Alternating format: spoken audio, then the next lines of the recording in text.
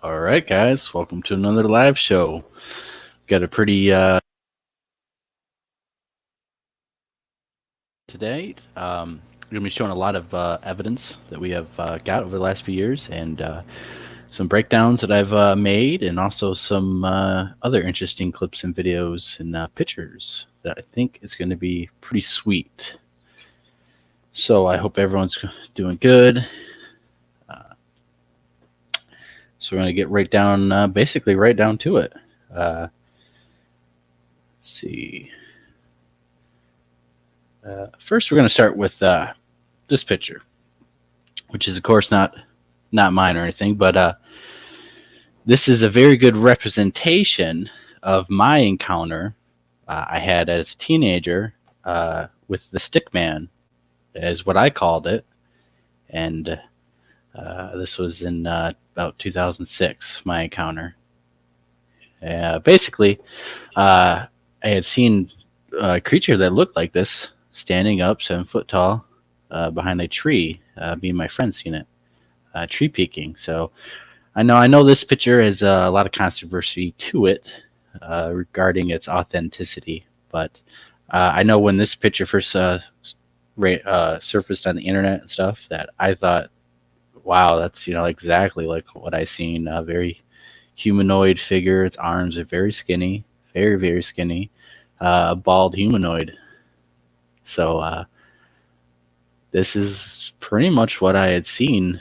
Me and my friend had seen, and my dad had also observed the same creature back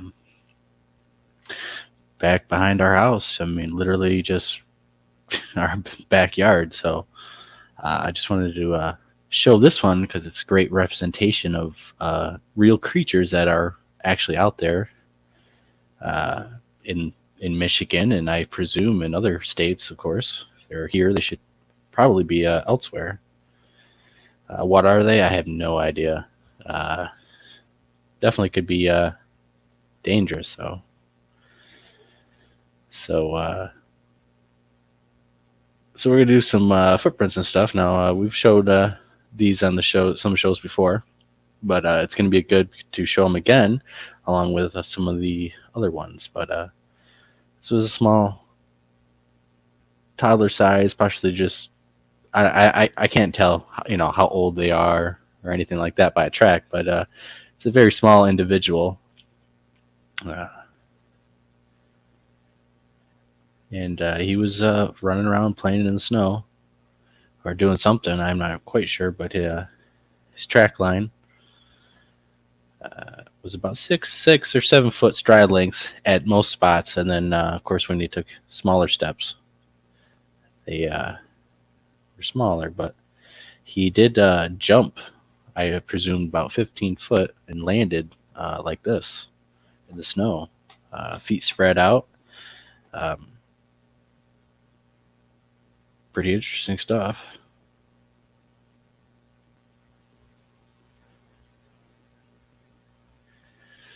But we got some more stuff that was caught earlier than this. Of course, this is the knuckle print or some type of hand impression, I presume, on the ground after two members observed big shadowy mass watching us that moved and ducked away. So I walked over there and found this on the ground. I really wish we could have casted that. We didn't have any material, but just great knuckle print. So I'm going to kind of zoom through these ones a little bit. This one's a pretty good impression. It was foot shaped, but not much detailed with all the leaf litter on the ground. Of course, this is another impression in sand. Foot size, but not much detail. So here we go with some new pictures you guys have not seen before. This is a cast that I found. The thing about this cast is the bottom of it, where it ends, is actually where I had to stop casting it because the heel was actually submerged in water and stuff. So it actually extends down another couple, 4 or 5 inches. So I think it's roughly, if you counted the heel, it would be about 17 inches by I think it was 9 in the widest sections. But I could not cast the heel.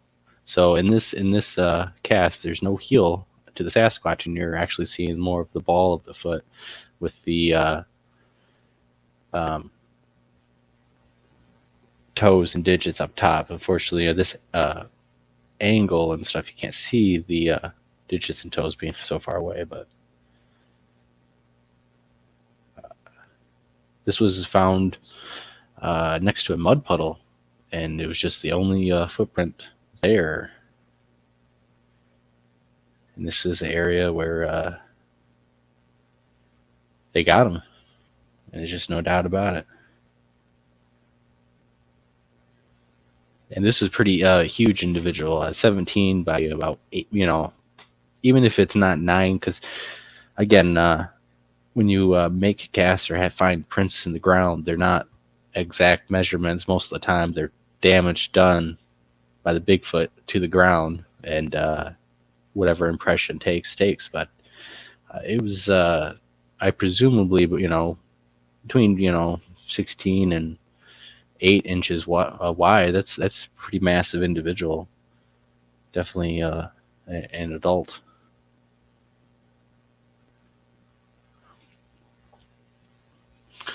So again, just showing a little bit closer up of the. So where my thumb is going to be the ball of the foot and stuff, and then my fingers actually extend to where the toes begin. So that's a pretty wide area. And this was cast right in mud and leaf and everything else, and I casted this as fast as I could and took it.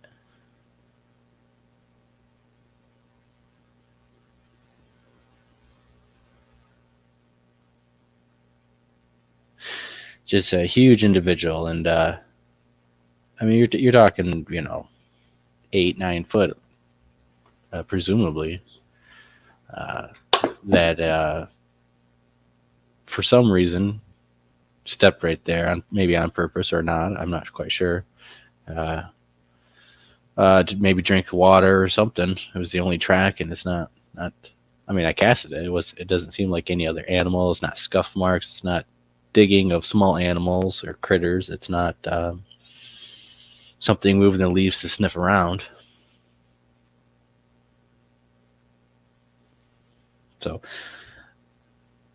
So we got 2 pictures here that were done on a expedition in southwestern Michigan, and this particular area actually had dogman sightings and Sasquatch sightings, and overall it's just kind of a different type of weird area. So if you look at the bottom left-hand corner of your screen, what do you guys see there? What does that look to you guys? Now this area is pretty, it does have trails and stuff, and there's a lot of ridges, and you're going up and down, big heavy swamp that you can pretty much walk around. And so again, bottom left or bottom left corner. And so we're gonna take a closer look. Unfortunately, it's gonna be like funky like this, but what does that look like to you guys? Very, very interesting. Appears to be fingers and stuff. This was while we were actually on a night investigation, taking video. Multiple people were snapping photos all around us, and this was actually photos that I believe Linda snapped, and she got this.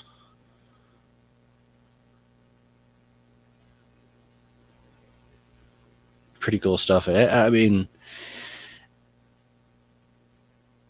you know, from my observation, it doesn't look like any plant or any type of vine or anything. It looks like Oh, Sherry. I knew it was one of the girls who took the picture, but it's an amazing picture. I think it's not much to go on besides that, but it does appear to be an arm wrapped around a tree that we pass by because we're walking around, we're taking video, we're trying to talk a little bit about where we're going and the area, and I know during that night we were hearing stuff, and I know multiple people heard what they said sounded like a bear grunt, and they were. We had another member, Gabe, who was former member, who was making grunts back and stuff, and kind of stirring it up. I was more at the front, and this was happening at the back, and so half the group actually didn't hear it, but they were very adamant that they were hearing growls stuff, and we did actually. I know several people thought they seen something move, dash out of the way, and we do have some orbs that were in some pictures or in some film. I don't have them to show though, but I know we got them. A very interesting area with the all around with what happened. I know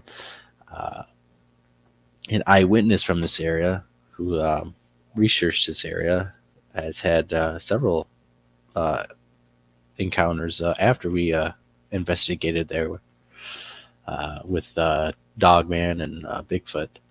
So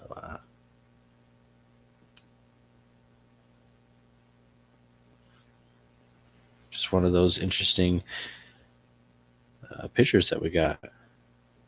Really, I mean,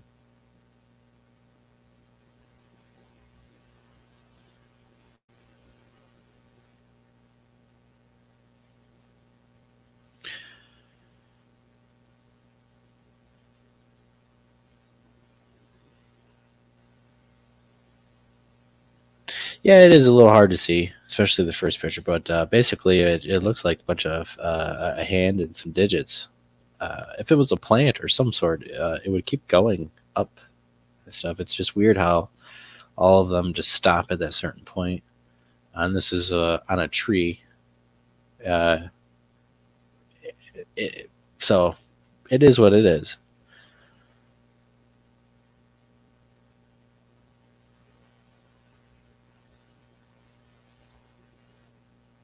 All right, now we're going to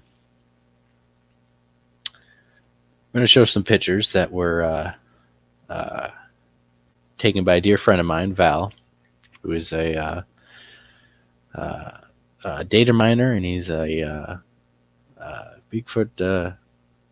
He researches and studies the reports and data mines a lot of stuff, and has over 120 keep data points with Sasquatch sightings, and has jotted them down, and has over 1,500 reports here in Michigan alone. Some from the 1600s, and of course all the way to the present. But he actually was in the field with Bob Dago, who is a Godfather Michigan researcher of Bigfoot, because he is one of the first in Michigan to actually study Bigfoot and really go at it. And so him and Bob were actually in this area and had some pine cones thrown at them. And Val turned around and basically seen this thing, and it changed his life. And then that's when he really truly got into research and data mining. And so I want you guys to look. There's actually, if you look right here, this picture is going to be a little hard to see, but you're looking on the left side of the screen. There's an individual in the tree, biggest tree on the left. The next tree over on the right, there's an individual who's bigger than the tree. And you can see his arm really good, and you can see his head sticking out.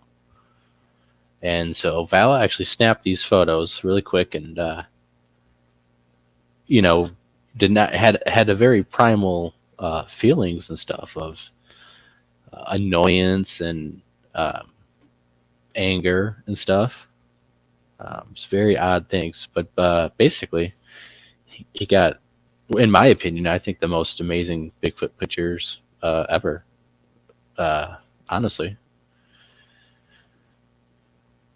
that's the individual in the tree, and so you can clearly see that it's up in the tree. It's hanging off the tree. You can see it looks like an arm. When I see it and stuff, I can see the eyes and all that. And I've definitely tried to enhance this and stuff, but unfortunately, it takes away from the detail. This is about as good as it's going to get until better technology comes out, or I guess you could pay for it, pay a professional to do it.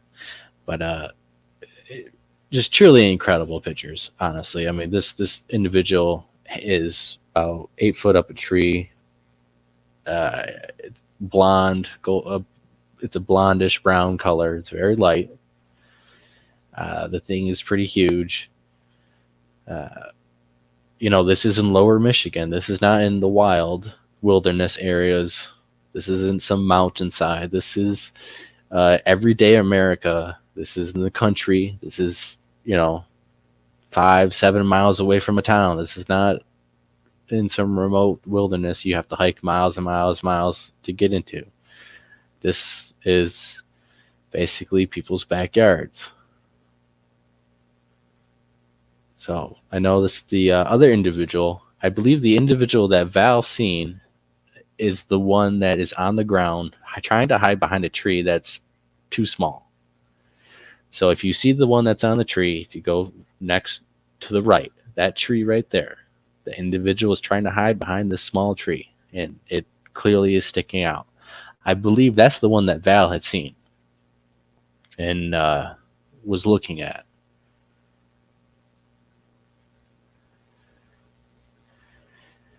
And so this happened really fast, of course. And Val is a 25-year veteran of police, and even above and beyond that.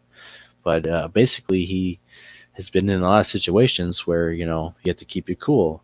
And this situation was above and beyond most of the stuff he had to deal with. So he and Bob retreated out of the area, and ever since this day, I know Val has been hardcore into this, and I know Bob just got just reaffirmed for him. I mean, he has years and years of experience here in Michigan, experiencing and finding evidence. Great stuff. And so I think this is truly just amazing pictures, truly. And they're not getting the credit. They're not getting seen. They're not being spread by anyone. I really do think that these definitely need to be looked at a lot more seriously by the community. And checked out. I mean, I think they're the real deal, and I think that's some of the best real deal stuff we got. That's right there. It's not. I drew a circle around it because I had one comment when I first showed it a couple. That's probably a year ago. It said this was a porcupine and stuff, or they couldn't see it, and I know the first picture it is harder, but this was southeastern Michigan. This is every day. This is not. It's the whole funny part is Sasquatch seems to be able to be everywhere, thrive everywhere in Michigan. That from my experience, going on 18 years in October, they utilize the farmlands and they travel across these fields and they hide in the cornfields and whatever crop is being grown, they're able to eat. They're going to stay close by. I mean, at nighttime, it's literally they just walk these fields and traverse the landscape. It's not too hard. And the hardest aspect that they're going to have to cross is busy roads and highways. But even at the dead of night, there's underpasses with water, creeks, and there's tunnels for a runoff, and you can run across the highway pretty easily, at 3 a.m. in the morning, cross traffic if you really needed to. So these creatures are all the way down. Some say they get sighted in Detroit, and they have activity down that way.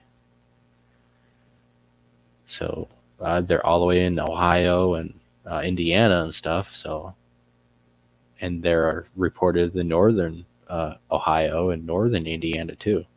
Definitely more southern Michigan borderline. So, if so many people are experiencing Sasquatch in these areas that are not wilderness areas, that are not on the whole other side of a mountain where no one goes, but this is, 10-minute drive some people's houses, most people's house. I think it shows that they are in fact thriving, and there is a high population density, at least here in Michigan, from my perspective and understanding. There's a lot of sightings in areas where there's a lot of densely population of Michigan. Some of the most densely populated areas still actually have Sasquatch reports in the wild habitats that are, parks, metro parks, creek systems, anything really. I mean, private property, especially if you have private property that you have some old folks that live on there. They don't really go out. They don't hunt. They don't go in the woods. It's a prime spot for Bigfoot because they're going to be watching the place. They know it's old people. They're going to be observing the land, see who goes on the land during what season, what time. Does anyone go there during hunt season? They can find some private property, especially that is not used during hunt season. I'm sure they're going to gravitate towards that because it's a safe spot, it's a safe zone. So they're going to find private property, especially that is not being used. It hasn't been used in a while. So you can find them in a lot of spots close to people because they watch people. They watch what we do. Everything that they do is a direct correlation from stuff that people do, from the environment, building new houses, changing the landscape, polluting the landscape. We're always changing stuff, and they have to adapt to whether or not stay in an area, move to an area, have to find new areas to be thrivable in case of pollution, changing of the environment, new hunters, new people that move into a house that was occupied by old people, and now they have people who shoot guns and are out in the woods riding ATVs a lot. They definitely observe people for a lot of different reasons. Pretty much all of them is key to their survival. So they definitely know how to read people, and they can definitely tell when people are not looking. They can read us. A dog can read your facial expressions. I mean, dogs don't really, and they can pick up on cues from your words and stuff, but they don't understand what the word means. They just associate or figure out that, yeah, if he's saying this, it means this, blah, blah, blah, blah. Sasquatch, I'm sure, has the same ability to uh, pick up on human expressions and possibly uh, pick up on words and certain things that they can tell what a human is doing or about to do, or how situational awareness that person might have, and the feeling that person might have too. Um, Instinctively, people, you know, the human body and the human mind is so magical and magnificent. It's just a supreme machine, computer, biological system that does, in fact, like all other life forms, emit uh, energy, and this energy has been registered by machines and stuff. That when you're emotional and all that, it does. There is stuff that can be picked up. Let's say animals. A good example is that sometimes just animals pick up on certain things, certain people, certain vibes. They know when people are sad, people are crying, their pet comforts them, stuff like that. It is possible that Sasquatch can pick up on certain energies like that, just like any other animal, or especially an animal in tune with its environment that now has an outside force that is dropped into the environment that's transmitting different energy. They might be able to pick up on that stuff. But more back to the evidence for you guys. And that's my perspective on things. So, just great pictures. I really, truly think these last pictures right here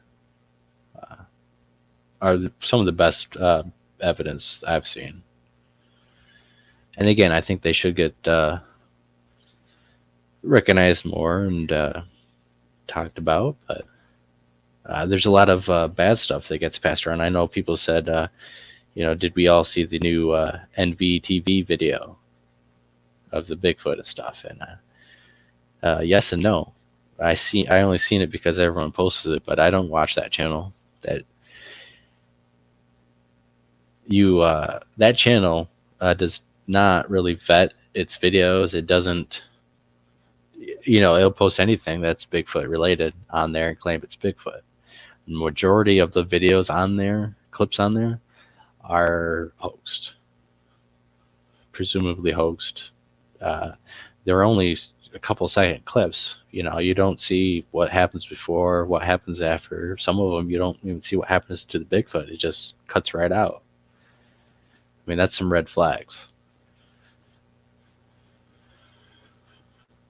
And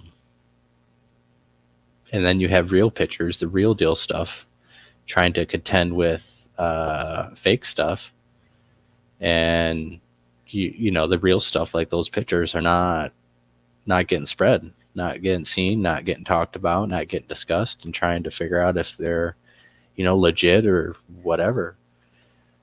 Instead, we try to figure out if the new hoax video or video is real or not. I mean, there's a lot of videos that are fake that a lot of people think are real. And I might do some more breakdowns on these stuff. I know there's some real famous ones that a lot of people say are real, but it's just not. The one Sasquatch that chases a guy and a cameraman down, and it comes down the hill, and it's really red and stuff. That's not the Sasquatch in that video. And I'll show this. The thing, whatever it is, it jumps over a branch on the ground. It falls on its butt, pretty much like a human. Falls on its butt. The camera shakes. As that happens, it starts shaking really, really bad, and it kind of cuts away. But you can see, and I'm going to show it, that this thing falls on its butt like a human as soon as it tries to jump over this branch. I can guarantee you a real animal, a Sasquatch, is not going to fall on its butt chasing you out of the woods, okay? It's just not going to happen. It's not going to do that. To me, that screams a person in a costume. And there's other reasons why that video as faked as people have claimed and said and tried to prove. So basically, where I'm getting at is you want to take a lot of these videos with a grain of salt until,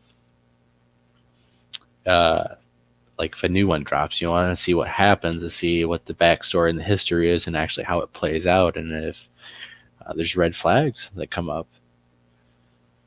Just unfortunately, it's a lot easier to fake a video and hoax a video than to get the real deal stuff. It's just so hard to get real evidence and real video shots. You know. Awesome, James. Yeah, we actually, speaking of orb videos, we got a orb video to show you guys too. Guess we'll jump into the video section. About 30 minutes in, that's not too bad. But and there's more stuff that I wasn't able to pull, and because I got to pull all this and chop it up and then fit it up on here. But I was able to get some pretty cool stuff. James, you're going to be interested in that because you're in it. So okay, so before we get to the orb video, I'm going to show these.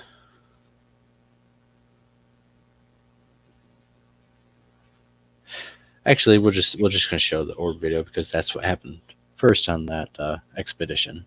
The first night we came into this area, we heard a little bit of something, but it wasn't too sure, and it wasn't really captured on audio or anything. So, but we actually walked up, and we started seeing and something glowing and blinking on the ground. It was really, really bright. And we went to go investigate it, and I actually stepped on it and stuff, and it continued to kind of be there. Once we moved away and stuff, it would just blink, and it wasn't a lightning bug, and it wasn't something else. I don't know what it was. And so this is a looped video of the clip that shows it, but it only does it once in the clip. It just flashes really fast, and so I looped it, so it's going to keep flashing, but it only flashes once in the actual video. And I am using my GoPro at nighttime, and it actually was able to capture this without a flashlight or anything. So if anyone has GoPros, they know that they don't shoot at nighttime at all. Like, there's no IR, there's no nothing. They don't shoot at all. Even at dusk and low light quality conditions, they do not perform that good. But they are incredibly stable, and that's why we got them. It was this orb, or whatever it was is bright enough that it actually picks up on the GoPro. So hopefully you guys can see this being full screen. You're going to be looking directly at the middle and slightly to the right, just slightly, but look like at the middle, and it should hopefully pick up for you guys. So let me know what you guys think in the comments.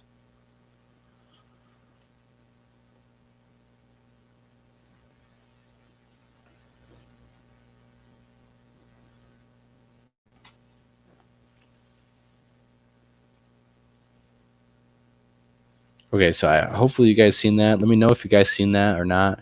When I tested the video on my computer, I can see it, but I don't know if you can see it through the StreamYard.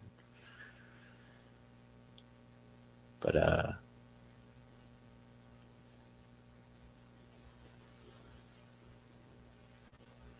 going to show that again real quick. So it should be in the middle. Nope. It's small. It is very small.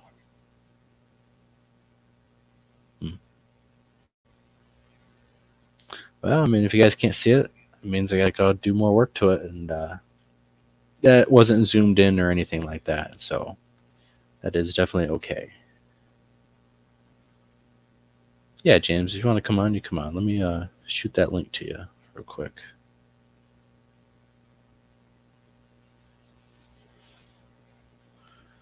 We'll jump on, and I guess we'll show the video that you're in, since you'll be coming on. But that orb is very small. I mean, it's maybe a size of a quarter on the ground. and I'm shooting on the camera probably at least 10, 15 feet away. So I mean, it is pretty hard to actually see.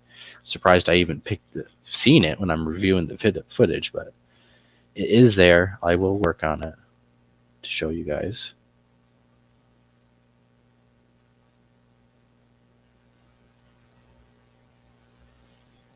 All right, we'll wait for James to come on in. But we got some audio for you guys to listen to. We have another video of a stickman type creature or Wendigo or whatever these creatures are. I don't know. That I basically had seen. Another clip that I believe is legit. It came out a couple years after my sighting. And it's just freaking. I do believe that it definitely shows a legit creature. So, Hello. hey, what's up, Collar Kid? Uh,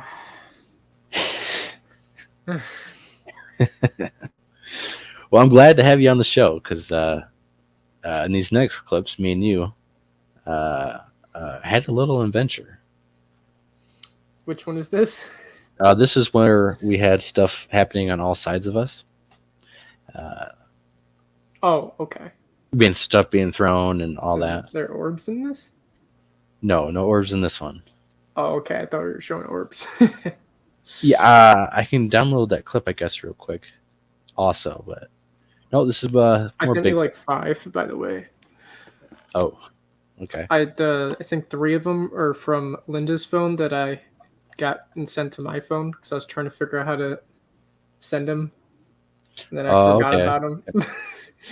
And I was finally able to put them in a video form because it's like a picture, but it does like 3 seconds before and like 3 seconds after. Right. Yeah. Yeah. So it's kind of like a So video. it's tough to send that. And that's the orb that's like on my back or something, right? No, it's like coming from like your direction, I think. Right. Yep. That was the same location as the hand, the picture of the hand that I showed earlier. It was a weird night. You were there, James. You know, there was a lot of stuff going on. It seemed like a pretty weird area, I guess. Yeah, it was pretty creepy. All right. So in this clip, we're gonna hear a tree knock. And I'm not sure. I think a little bit of something else, but I had to cut these clips down because of it can only fit so much on here at a time. So, but you guys can find the full clips. This is Bigfoot encounter escalation, and you can also find this in 2019 Bigfoot evidence lost cryptids conservatory. So, well, there's a big pile of mess. They could have flipped around and stuff. Yeah. Well, there's a big pile of mess. They could have flipped around and stuff. Yeah. Well, there's a big pile of mess. They could have flipped around and stuff. Yeah. I'll play that again for you guys. Well, there's a big pile of mess. They could have flipped around and stuff. Yeah. Well, there's a big pile of mess. They could have flipped around and stuff. Yeah. Well, there's a big pile of mess. They could have flipped around and stuff. Yeah. I can actually hear the knock without the increase in audio. It's like very faint, but you can hear it. Yeah. I hope clearly you guys heard that one. Now, that was the beginning of all the crap that happened that day. That knock. Yep. And we picked up on it. That's what we heard. I mean, and you can watch the full clip of us actually filming before and after, and continuing on our walk as stuff keeps happening. I was pretty ecstatic.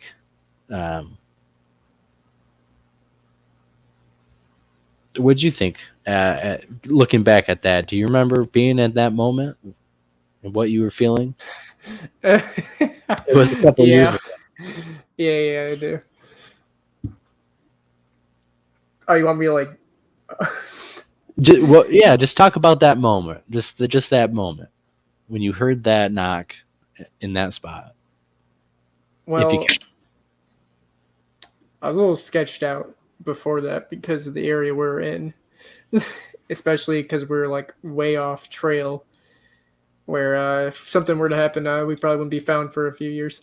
Um, but yeah, we were right next to a structure that looked like a tornado damage. But after further diagnosis, I guess this year we were able to say that it might have been something that made it. Maybe. It's on top of a mound, Yeah. actually. Um, yeah, we were just checking it out because it caught our eye, and we determined that lightning had struck it. I think and blew it apart because there was Oh yeah. True, lightning yeah. damage. And so we heard this knock, and then all of a sudden we're like, "Well, guess we're gonna go in that direction."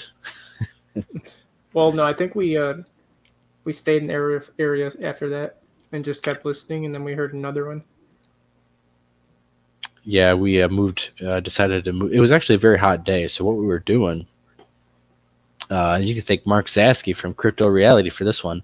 It was a really hot day, 85, 80 degrees, and I was thinking we're going to be in the water. We're going to be close to the water. And so we kind of skirted the edge of this swamp at one point, and then we kept getting activity as we skirted that and along this ridge line until we got to the point, and we were hearing stuff before this, but we got to a point where we start talking, and me and you point behind us.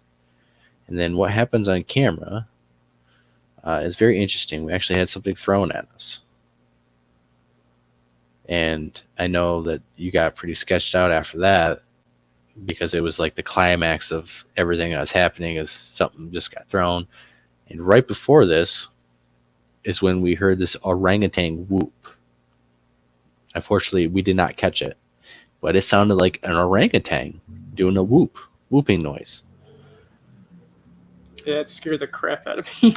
It was loud. I just didn't catch it. I didn't have the. Like it was so different from all the other whoops you hear. You don't expect it basically.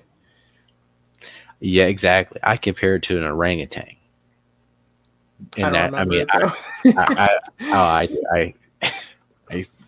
It sounds like I'm gonna have to get an orangutan clip of what it sounded like because it's truly just crazy. Okay, so this one. Right behind us. Yep. Oh wait.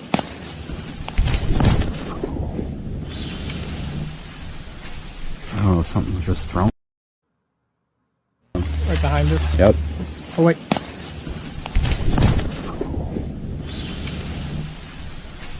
Oh, something was just thrown. Right behind us. Yep. Oh wait.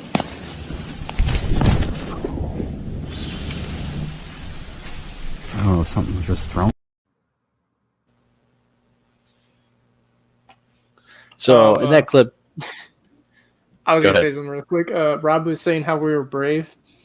Well, basically, we were just going for a nice hike. We weren't expecting anything to happen technically. So I wouldn't say brave, but we couldn't really do anything. We were like at least a mile away from any trails, and then probably another 2 miles to get back to like civilization. So couldn't really do anything. no, being in that kind of situation where we're having calls and barks, we actually had grunts and a bark being made on all sides of us, and then that orangutan whoop on top of this ridge. That gets thrown, and I'm trying to flip the camera over as fast as I can. That's why you hear that whoosh sound. It's the camera moving because I'm trying to film what something being thrown in the air or whatever. I'm just trying to film it. Something gets tossed and it's hitting the trees with some force. right after we point. It possibly could be in the direction of where we pointed, where it was at, because it sounded like it's moving from that direction. If you guys go back on the YouTube, and it's called Bigfoot Encounter Escalation, multiple Bigfoot Encounter Escalation. That's going to be the full clip of that particular section of the area, and it will show that and what happens after and stuff. So it's just very, very interesting how that all unfolded. And I know that after that, James, you were on the video. You said hello. Is anyone there? And you started talking to him. Give me a minute. Yeah, I can hear you shuffling around back there. Probably should have muted my mic. Yeah, that might have helped. But it's okay. It's not like we're some Hollywood studio guys. We're just a couple of guys having fun. So take us into that moment of your mind, James. What was going on? I was ecstatic. I was like a kid in the candy store. I was smiling, I think, on camera, because it's like all this is happening, and that was the third time taking you out in the woods like that. And this is happening. I mean, what'd you think? Oh, I was scared. I didn't want to say that, but yeah, you were. I mean, on the video, you can clearly hear James pretty emotional about what saying hello and who's there, and he's talking to him. He's talking to Sasquatch, and I tell James, he says hello, and I said, Sasquatches don't say hello back, James. Well, I was trying to right. You just had all this stuff happen, and now I don't know. Communication. Maybe they'll go away if I talk to them.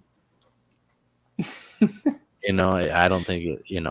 I don't think it didn't. It didn't help. I mean, it didn't deter from them doing anything, and it definitely didn't do anything bad. So I thought it was funny. I was trying to calm you down by telling you jokes and just just walk out of the area. I mean, they are doing stuff, but it's not technically aggressive. They're not really being aggressive.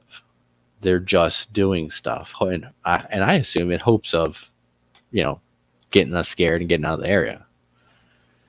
Because I'm sure that works most of the dang time. But I wonder what would happen if he would have stayed, though. I don't want to think about that. That was enough confirmation for that day for us. And that's what it's about. I mean, that's a video on the YouTube that we have, and one of several of close encounters, of real deal stuff that's not on some fake fraud YouTube video. It doesn't go viral, but it happened. It's on video. I mean, all right. So we got some more stuff. Let's see what this clip is. Okay. I'm not sure what this one is, so let's just play it.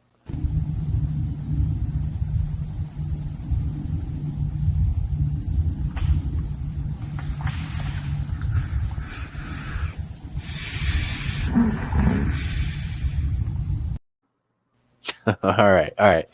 So this is me sleeping in the tent, and a tree gets pushed over, or small tree or something. And so the backstory on this clip is, I pass out. I'm filming with the GoPro, and I just set the GoPro up with the battery bank. I'm just gonna let it film until it dies or fills up the memory card. But the full clip, actually, you can hear me texting on my phone, and I put it down and I pass out, and you can hear me pass out. My breathing changes and stuff, and so when the tree gets pushed over, I actually snorting, but I don't wake up. I'm still sleeping, and this thing presumably and this was the third night after a lot of stuff happened, but this thing presumably listened to when I fell asleep. Maybe it could hear the change in breathing and pushed it over, or maybe it didn't know I was sleeping. Pushed it over to see what kind of reaction it was going to get, and I don't wake up. No one else heard it. So we're going to play this a few times for you guys, and this was caught on the GoPro. It's just pretty amazing that the GoPro has got a lot of good evidence for us, surprisingly.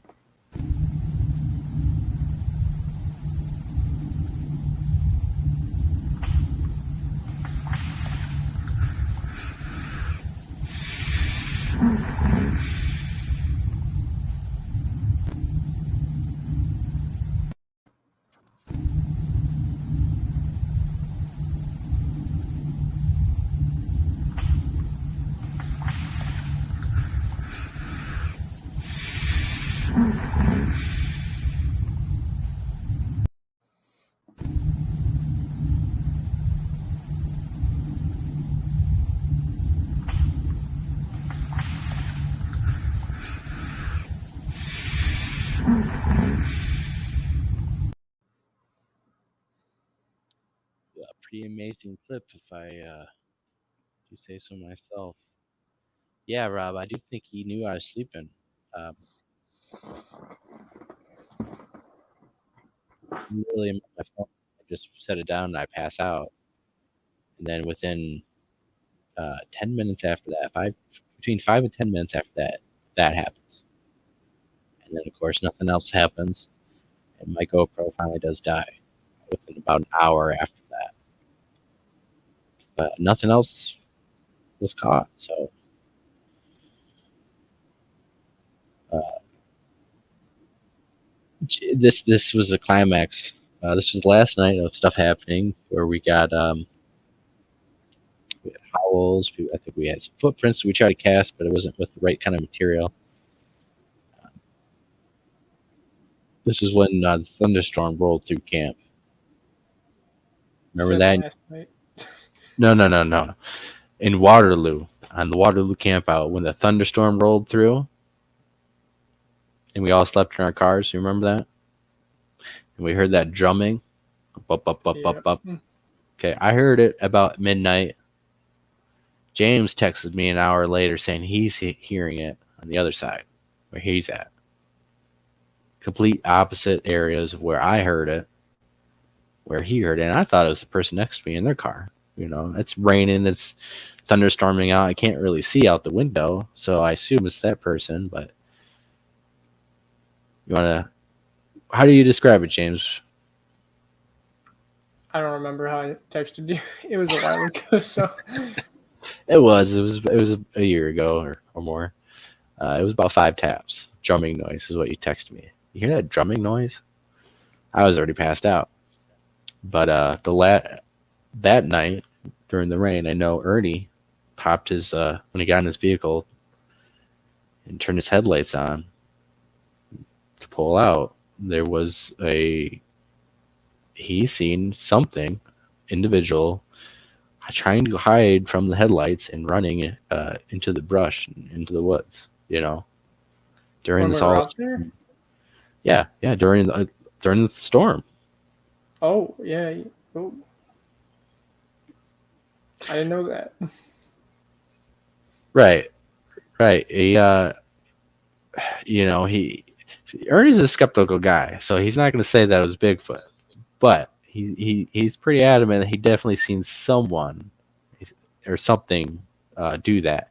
And like I always tell him, everyone was more worried about not getting wet. No one was over there in that spot, especially during any of the real raining. So, and they were running around. People heard them running around next to the car during this thunderstorm. Severe tornado watch, actually, a warning is what it was. It flew over us, luckily. But the Sasquatches were running around the cars and very active in the thunderstorm, right next to camp, trying to see, I guess, presumably see if we were going to notice them over the storm and rain. But they got real brazen, and they ran right between people's cars during that storm. So weather like that, it doesn't bother them, I'm guessing. So we're going to show another clip. This is actually the clip of the stick man that I thought was legit real. And this came out uh, uh, 15 years ago. And so this is a very old clip, and I think it's legit. And then um, I have done a little breakdown and stuff, and the creature says something. It says something, or maybe it's not English or anything, but it's definitely doing some vocals. So we're going to show that right now. This stick's getting pretty damn sharp, eh? Oh fuck, the smoke is in my face. Well, you've been sharpening it for like 2 hours. No. You hear something? No. The dog. Okay. It's probably shy though. You're not gonna take pictures now. This stick's getting pretty damn sharp, eh? Oh fuck, the smoke is in my face. Well, you've been sharpening it for like 2 hours. No. You hear something? No. The dog. Okay. It's probably shy though. You're not gonna take pictures now. This stick's getting pretty damn sharp, eh? Oh fuck, the smoke is in my face. Well, you've been sharpening it for like 2 hours. No. You hear something? The quality is not the best, of course, being on here. Is that just a person, or? I don't know You what said- that is. You said it was It looks fake. It looks like the stick man. It looks like what I seen. It looks like. Give me a second. It looked like that. I don't like that. It looks like a naked humanoid creature I that thought you said that was fake. creeps by. That picture, this picture. No, the other one. You said that video is fake, right? Or No. I think this video is real. oh, great. I think this video is real. That channel never posted any other weird thing. Honestly, never had content posted to it. It's basically abandoned. And this was years ago. I mean, this I is like, remember seeing that one, so that's why I was like, oh, that was fake. No. Okay. no, and that was my own breakdown. You can see when I was using Keen Master and whatever the watermark was on there, back when I was using old video editing stuff to try to show and stuff. But basically,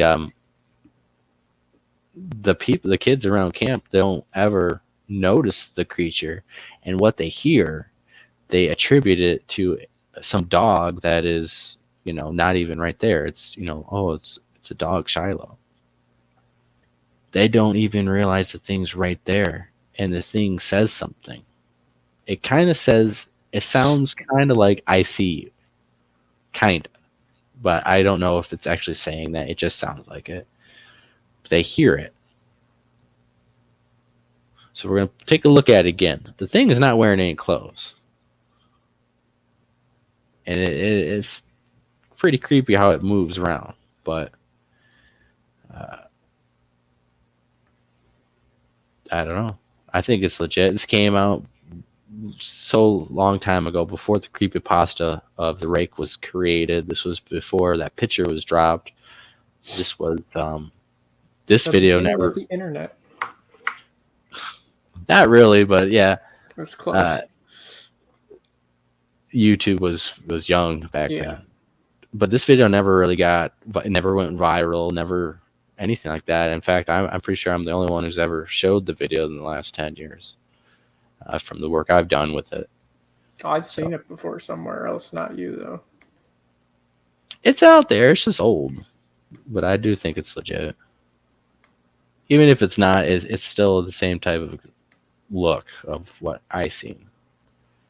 But I do think it is legit.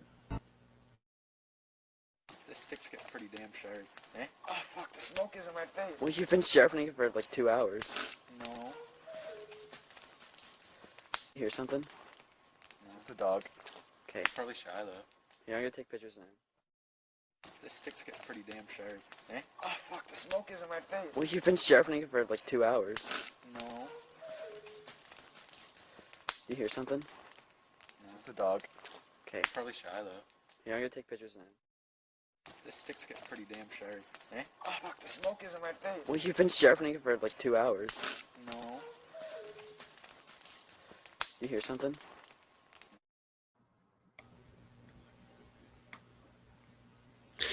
Yeah, I think it's very interesting how those teenagers don't react at all. Like Well, they're carrying on with their own conversations very Well, I just smoothly. thought it was a dog. No, they said, "Do you hear that?" And they say, "Oh, it's probably the dog." Yeah. They hear it. They hear what the thing said, but they attribute it to the dog. They never see the creature. They carry on their conversation very smoothly, like nothing ever happened.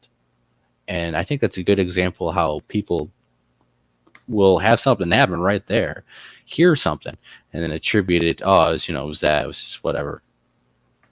Very fast, and without even thinking about what did they hear? What was that? It was instantly, oh yeah, it was the dog. Boom. They didn't question it at all. There was nothing. It was just, yep, it's the dog. They didn't even. So I think that's good. I think that's what happens in real life with people when they experience stuff, when they have no clue of what's actually happening. They have no frame of reference of any Bigfoot or cryptid. That is what happens, and that is scary. Yeah, the voice is very weird. I know it sounds metallic to you. It's weird. I don't know what that thing is, but it looks like what I experienced out in the woods. It wasn't even in the woods when I experienced it. It was just in the backyard, in between some cow pastures. All right, so here's a clip I showed before, but this is going to have some interesting stuff. We have so we're walking along the trail and we hear something paralleling us, and we stop and trying to catch it on thermal and night vision, and we hear it. It is a little harder to hear in some of these clips. And then I know not the first clip, but I think it's the second or third clip. The second time where we hear it following us, we stop. You can really hear it moving. We actually chase after this thing, chase it down, and it actually jumps down this huge ravine and makes a thud sound. Or when I was there in person, it sounded like something jumped out of a tree.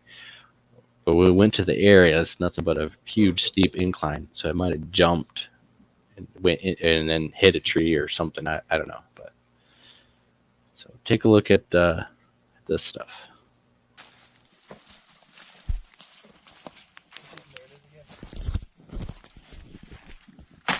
Yeah, something's following us.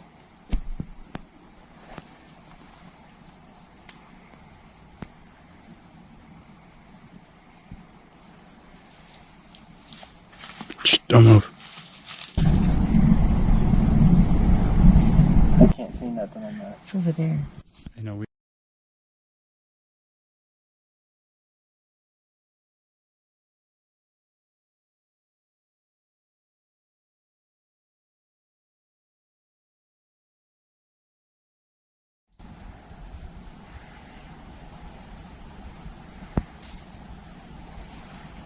I heard that.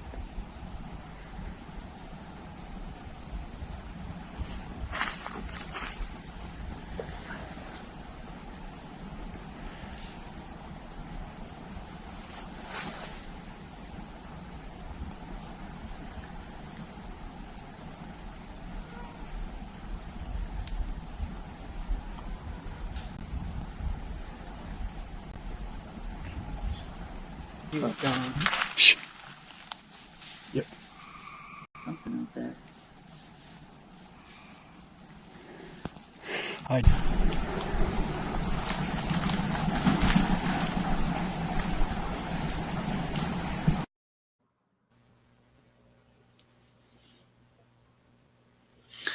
All right. So there was that clip of of something paralleling us, and we did in fact chase it 2 times.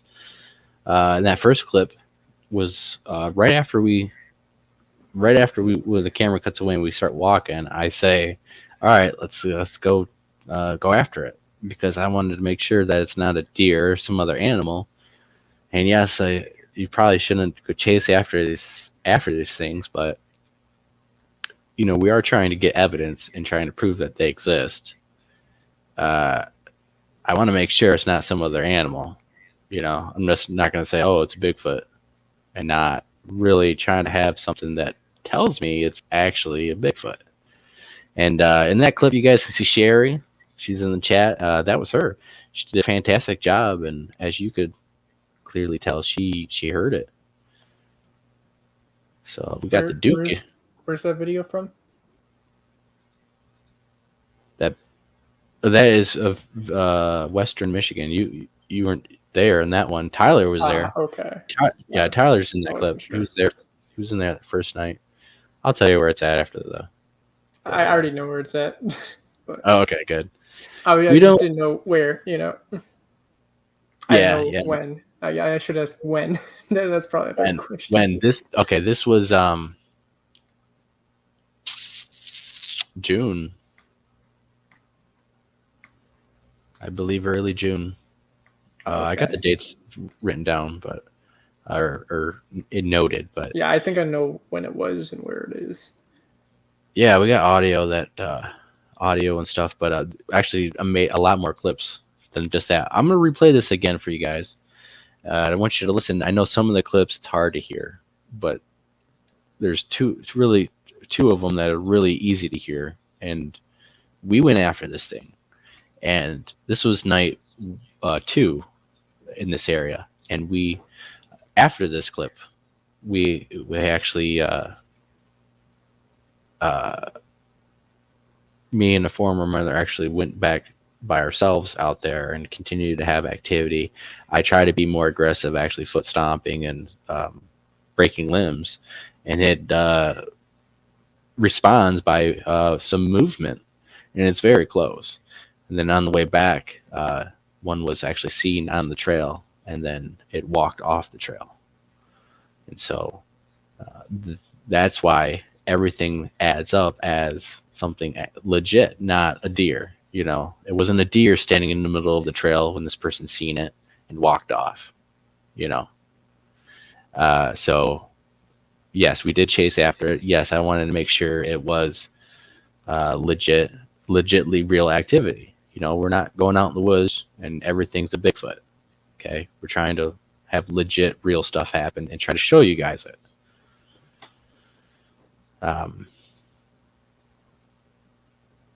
So yeah, let's play this clip again real quick.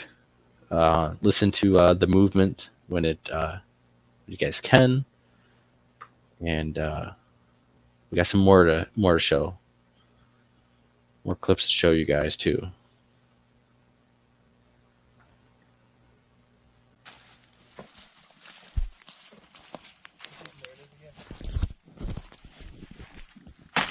Yeah, something's following us.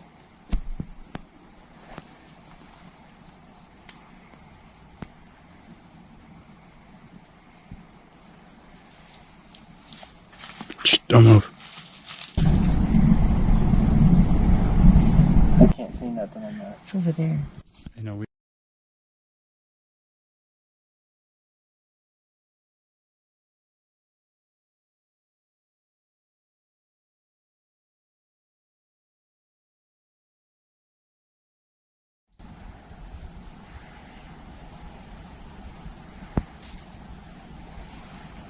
I heard that.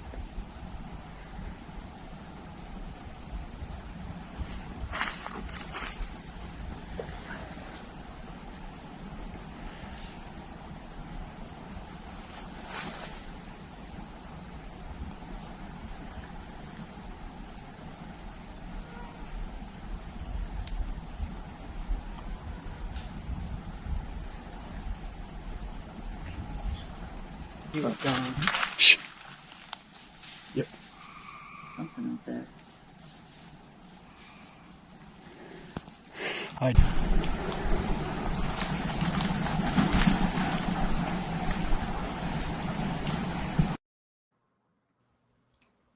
That looks like a really creepy place.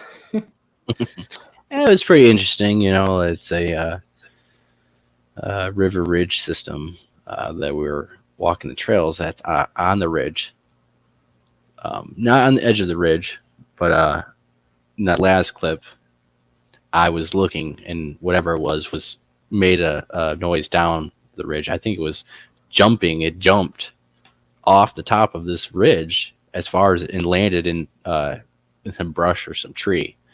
So I know it was a little harder to hear that one, but uh, in the one clip you can hear it moving away from us, and I say, "All right, Tyler, you got the flyer. Let's go after it." And then we began to chase after it and stuff, and we didn't catch it on a flare or nothing. It seemed like it was messing around with us. We were doing all this stupid stuff. I was being aggressive. I wanted to make sure it wasn't a deer, and it actually didn't do anything aggressive. It actually kept following us, kept paralleling us, and I have a gun on me. You know, um, I'm open carrying a rifle for self-defense, which is legal here in Michigan, out in the wilderness camping. It didn't, that carrying that gun had no effect on the encounter, had no effect on how close the thing got. The thing got really, very close. And the third night, this was the second night. The third night, we had about even more activity. I would say as much activity, more grazing stuff. They were responding to Native American that I was speaking to them.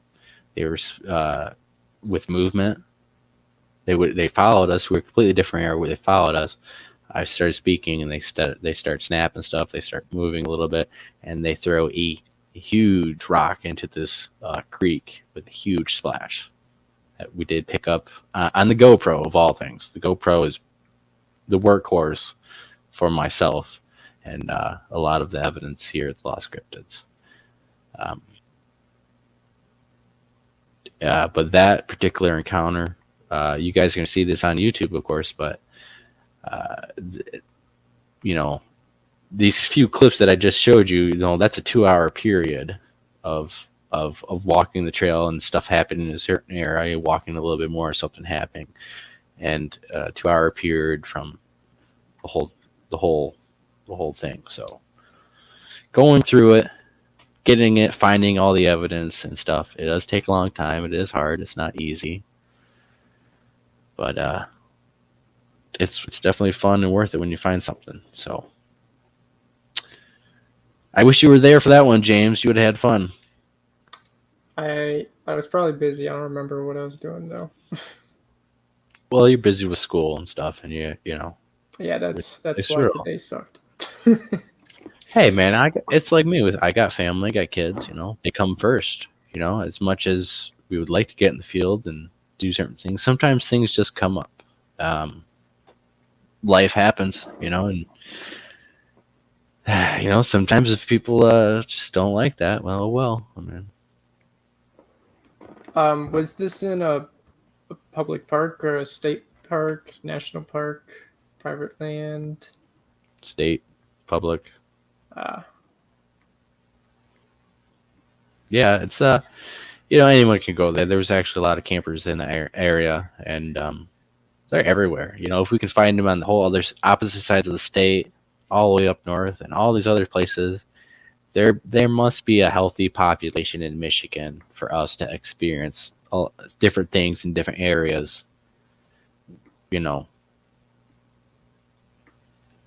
So.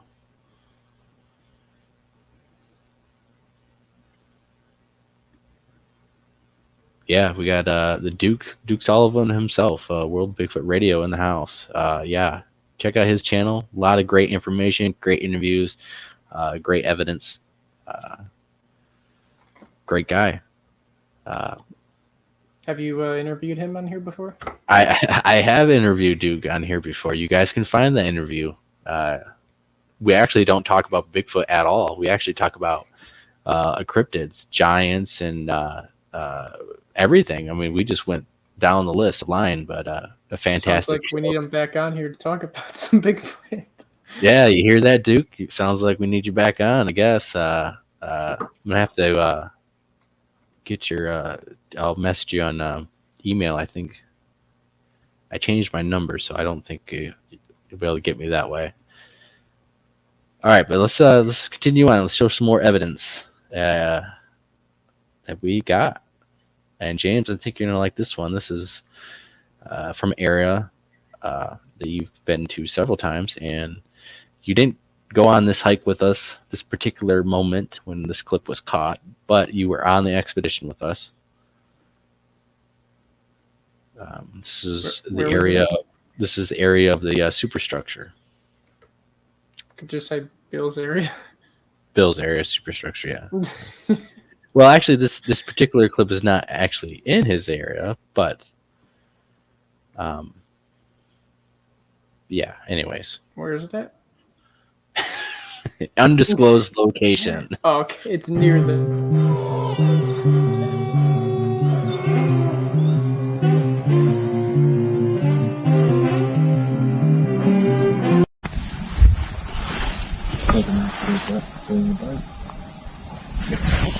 Did you hear that? Yes.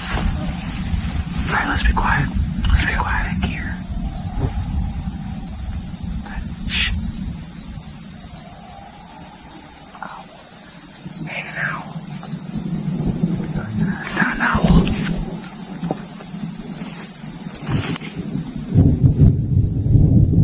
It doesn't sound like a coyote. No.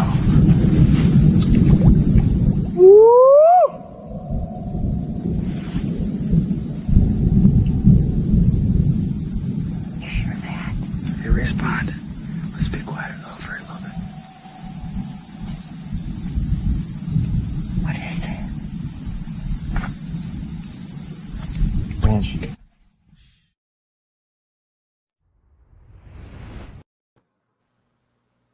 GoPro. I know where that's at. It's at the Deadstream Swamp. Yeah. Oh, was I not Yeah. supposed to say? Yeah, it's called an undisclosed location. That's why. Not. I mean, I was told. mean, You know, I mean, good luck finding it. Just because I say it doesn't literally, mean you it's a find it. needle in a haystack. Yeah. No, there's people who research the area that want to keep it undisclosed, and it's public. No, everyone knows about it. It doesn't matter. I mean, like I said, there's Bigfoot everywhere. But damn it, James, you're not supposed to do that. I mean, it's been said many times, so it doesn't really It has. matter. It has. It has. The reason why I particularly don't tell people about that spot because It's because it's dangerous. it's a dangerous spot, and not everyone should go out there. If you don't know what you're doing, if you're literally just getting off your couch and saying, I'm going to go Bigfoot research, and you go in this spot, you're probably going to get eaten by a bear. You're probably going to fall and break your leg, and sucked into some muck, swamp, Yeah. quicksand, or you're going to get lost, or Bigfoot's going to get you. Like, this spot is not for the average person or people who do not know what they're doing. The spot is dangerous. The spot, people go missing. There's people go missing in this spot. Hopefully you guys heard that one. That is a little hard to hear, but this literally is just launched in the middle of the swamp that echoes, and there's a storm overhead, and so it's like we can't stay there. It's about to, and we get out and it just rains and pours. But amazing how I wish audio was a little bit better, but our reaction, it responds amazing. And Yeah, I could hear the howls slightly. Good. It's hard. By the way, I did just look it up. I can't even find it. So good luck finding the exact area. No, the exact spot. No one. Only very few people. Also, I thought it was okay to say since we have like a T-shirt on it. I think, or Bill does. Yeah, it is. But again, I keep it because I don't. The average person who goes out there is not. It's not like it's a dangerous spot. I mean, it's legit. Well, it's not. It's one of those spots where you're not going to find it exactly. You're going to find a general vicinity of the area just because it's so It's a big. huge area. Yeah. Actually, I'm pretty sure that stream goes for like a long time. So yeah, you're not going to find what I was talking about anyways. Yeah, no, but the whole point of it is it's a dangerous spot. Yeah, I and got it. I personally feel, as our group does try to spread awareness and of this creature, that I don't think a lot of people should know about spots. That if you don't have experience in this stuff, you never have experience in the woods. You don't, you're really not good at camping. You can't even start a fire on your own without, a match or a lighter. You probably shouldn't go into a spot where it's known for missing people, dangerous situations, big old bears, and a lot of bad people around there, a lot of drugs in the area, to be honest. And a lot of people on those trails doing stuff that they don't want you to know. So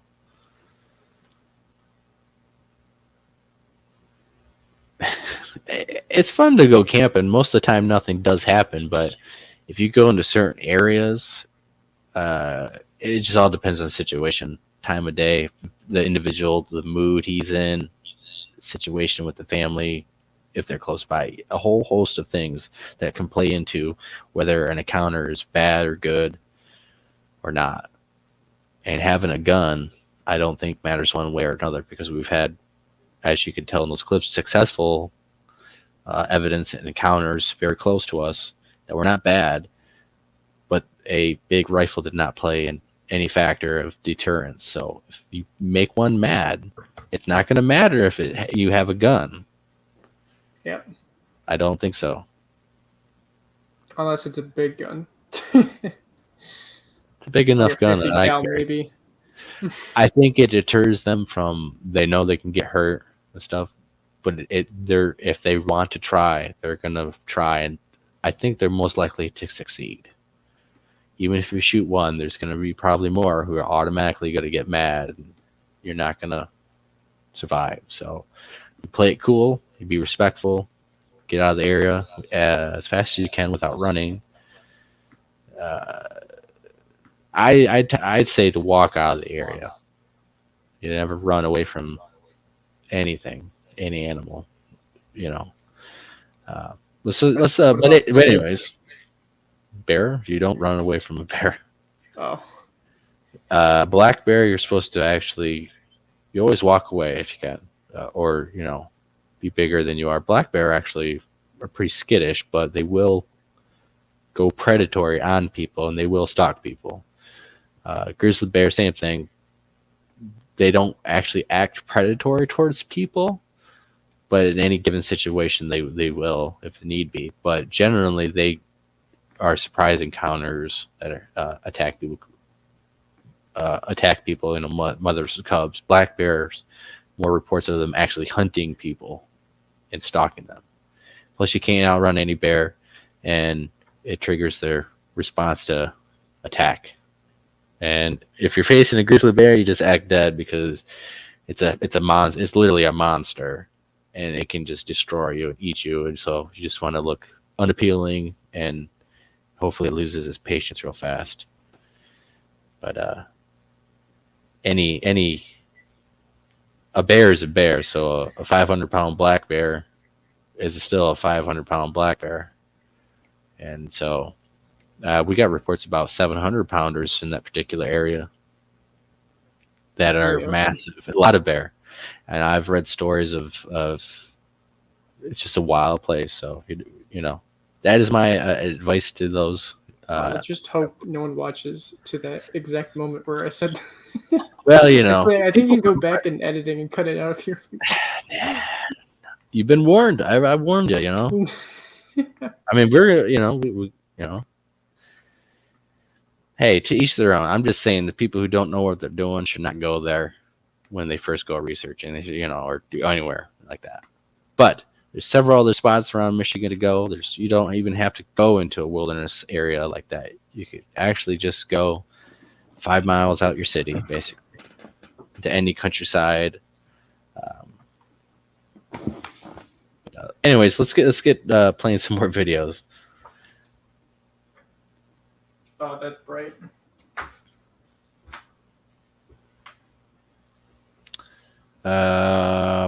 Okay, so this interesting one, whereas with the GoPro again, um, This is more hard to do than I thought it would be. this is a shot with the GoPro, but There we when I go. first edited this, I had to. I was I working with software. survived. There you go. That's Bill Sauer's shirt. Sure. Oh, no, the name's not there. Don't worry about it. James is just so funny. He's quite the character. In this particular clip, I'm going to show you. I'm in the woods by myself, and I started hearing stuff. So I set up on a tripod to hopefully try to capture something. And so I have this happen, and then I'm hearing this stuff happen. Okay, and I'm thinking, oh, got a message. I'm hearing this. Anyways, it doesn't matter. I'm hearing this in the woods and stuff, and so before this, I'm like, okay, so if it's a deer or if it's an animal or whatever, it's not going to continue to follow me through the woods along my way. We don't typically are not supposed to have black bears or cougars down this far south in Michigan, although I think each and every year the chances of that increases because we do have reports of them moving further south, and a lot of reports of more cougars than are reported. So anyways, I don't think it was a cougar or anything because there's two of them and they're on both sides of me. So let's just play the clip and I'll talk after too.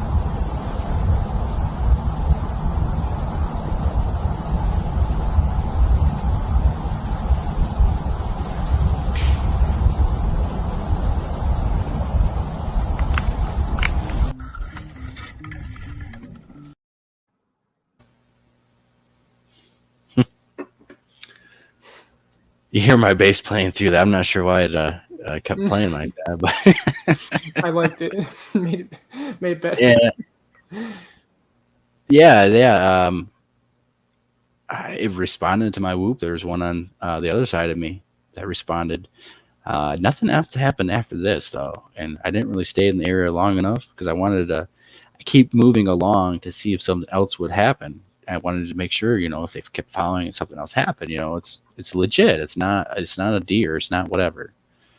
But that was some pretty incredible stuff. I actually had footfall crashing right directly. I'm trying to film it because I heard it right before this, so I'm trying to film it, and I have the camera on for 17 minutes before this happens, and I'm standing there for 17 minutes. This happens. Okay, so I'm trying. It's right there in front of the camera. You just can't see it. It's beyond the brush. And then I do my little whoop. Something behind me makes an announcement by walking a little bit. And then I flip the camera around. I shoot in that direction. I stay out there for a couple more minutes and continue to walk on, trying to see if they would follow and get more evidence. Nothing else happened. And nothing else happened that day. So. But it was some confirmation to me, and it definitely seemed like they let me know, yes, they were there. That response to the whoop was, what else is doing that? What else is going to follow you in the woods and then just respond after 17 minutes of standing there? Have you looking and trying, it does it in front of you and something else responds to a whoop behind you. Nothing else in the woods is doing that besides Bigfoot and maybe possibly some other cryptid. But I've had a lot of experience with it. It's indicated to me that it was Bigfoot finding tracks and stuff in the area. How do they hide so well, but yet they can see you?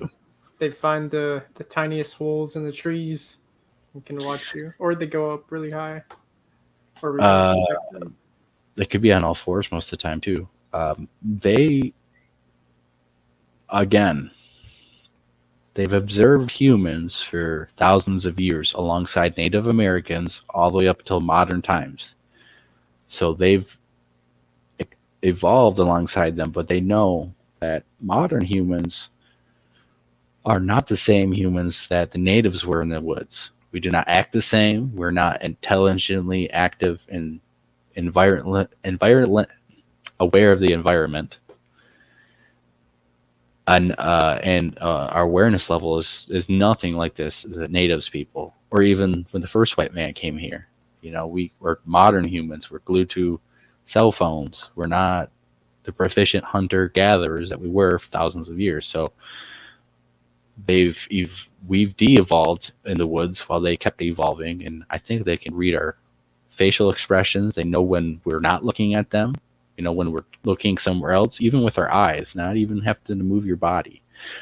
They can really pick up on body movement, body language, and they probably try to dilate all that data to presume what you're going to do. They assume what you're going to do from what they've experienced, you know. So if they think, you know, this person is moving this way, he's looking that way. If I throw something this way, that person's probably going to look that way, you know.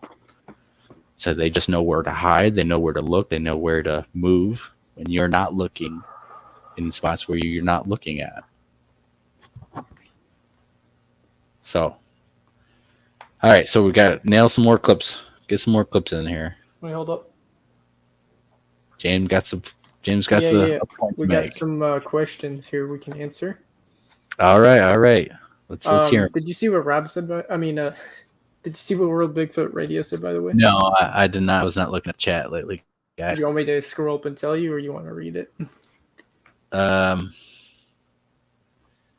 the 720 black bear who tried to get me in Montana State Patrol car. No. He said that just get in touch with them. Oh, He'll be back. He has another show Tuesday this week, and then he'll be in the field this weekend with a celebrity guest. Awesome. Just said get in contact and make a plan. Sounds good for you. Sounds good for you guys. People who can watch the show and us. So, heck yeah, I can't wait, man. This time we're talking about Bigfoot though. That the whole show supposed to be about Bigfoot. Don't let me talk about Bigfoot really. So, awesome. Can't wait. Let's hear some more questions. Hold up. I'll find him. Oh, Rob asked, do we think they cloak? My answer is I believe some of them can, but I'm also not 100% if they can. I don't know. You know, the great thing about I don't like thinking about that. I'm not really just thinking about it. There's not a lot of proof, I guess. I got to think about it logically. Right. I don't think I think there's a lot of stuff out there that's not Bigfoot that can do a lot of weird stuff that people think are Bigfoot because that's just what they're in the woods for, looking for. I have experienced things that followed me out of the woods that were invisible. It is a video on the YouTube. It's called I Get Followed Out of the Woods. Part 1, part 2. I think part 2 is where most of the action happens, but I try to film it on camera. I come to an opening. I'm like, yep, here it is. I'm going to get the, whatever's happening, I'm going to get the shot. And there's nothing visible to me or the camera. But yeah, you can hear it walking. And it walks me. There's multiple, at least two, maybe three. They walk me back to my car. And it freaked me out. And then the next day is when I met up with James and we had all that activity. So Oh, that's what it was. Oh, Yeah, that's why I was so just giddy in that situation because it was like, holy crap! I just had this happen. Now we're having this stuff happen. It's like, wow, this is crazy. So here's another one we got, James. oh wait, hold up. Rob also said that he said seeing one would stress him out, and he never wants to experience it. And I think it can be stressful depending on the situation. I guess actually that's a lie. One of I've never seen one in a vehicle, but I feel safer when I'm in a vehicle, even though they probably can just pry the doors open and kill you. But I, I mean, it just feels safer. So it can be a little stressful, but depending on the environment, it's not. I'm sorry. What was the question? I was He texting. doesn't. He's. I didn't hear the exact question. I heard you. It wasn't really a question. He just said that he would feel stressful if he ever had experience with one. It is stressful.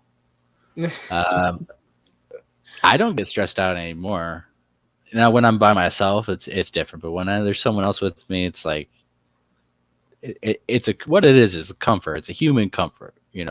Having a shelter or a tent or being in the car or just another person is a human comfort. It really doesn't add any protection or anything really to the situation, but it makes you feel better. But most of the time now, I don't feel stressed or scared. Most of the time, I feel excitement and awe and wonder and like what's going to happen next. Trying to get evidence and get shot. Trying to, everything floods. What should you do? Should you do this? Should you do this? Blah blah blah blah blah. And then sometimes things happen and continue on, and sometimes nothing happens. Just have the one time. So. And then Rob also had another question asking, do you think there are different breeds of Sasquatch? And do some have different abilities? And I think that's true. Well, not breeds, but I know they have different hair colors out there because there's been multiple reports about them having black hair, brown hair, white hair, I think even green. So I know that's probably possible there are different breeds. Yeah, I mean, I think like any other animal, depending on the environment and region, you have a variety of looks. Sometimes you have different species of it's literally the same species, but it's on one island, it's on the other, and it's just a little different. And so I think there could be slight variation in the species, depending on like down in Florida all the way up to Alaska. Those might be two different looking Sasquatches. I don't know. From what I've experienced and stuff, and from what I've heard from reliable people, is they do look a lot different in all the same area. So they don't all have a general look. They look like Patty, but like some of them have like a white person nose. Some of them have gorilla noses. Some of them, have odd features, but they're in the same area and presumably the same group. So there's some type of diverse genetic system going on, but we don't know what that is, of course. Okay, so All right, you can continue now. I can continue on. All right, so we have a clip that we played before on the show, an audio clip during the day of presumably of Sarah, the Sasquatch.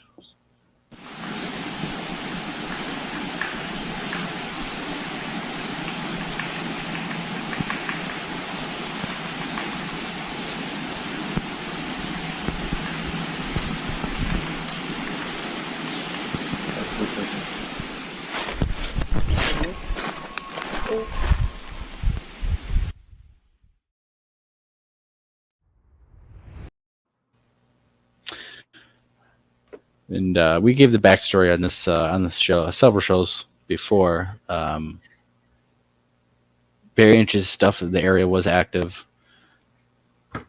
But we got some other clips. Okay, so this clip is a breakdown I did of the Paul Freeman video.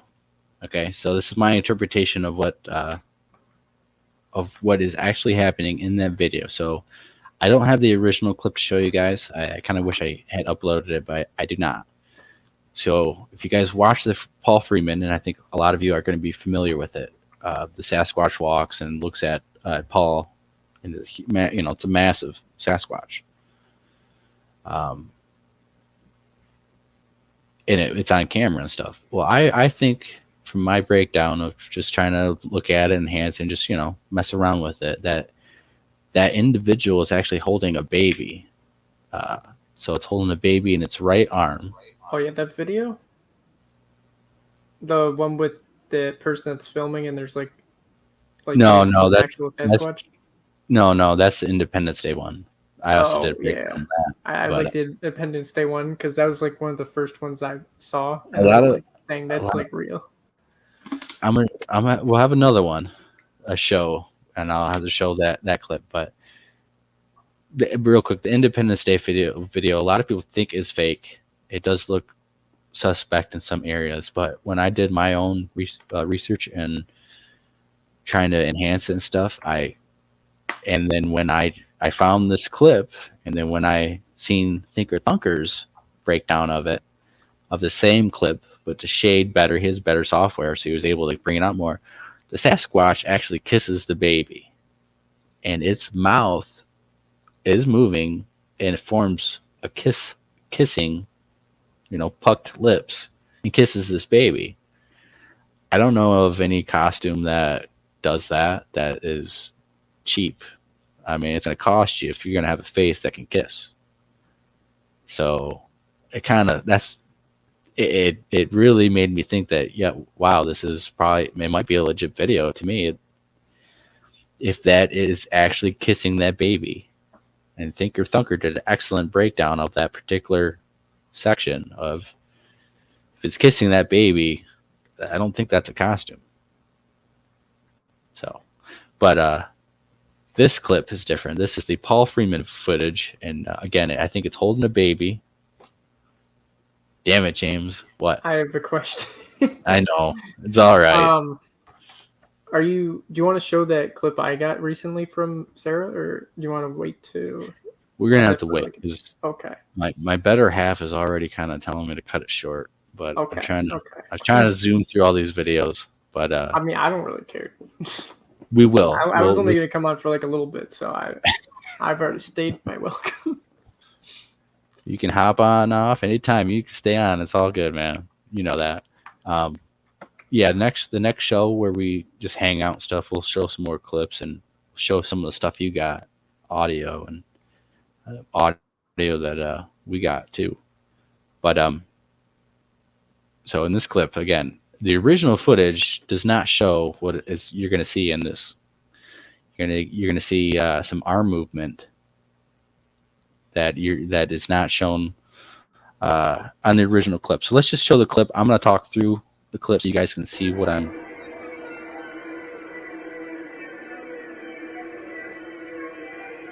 All right. I'm going to try to keep talking and.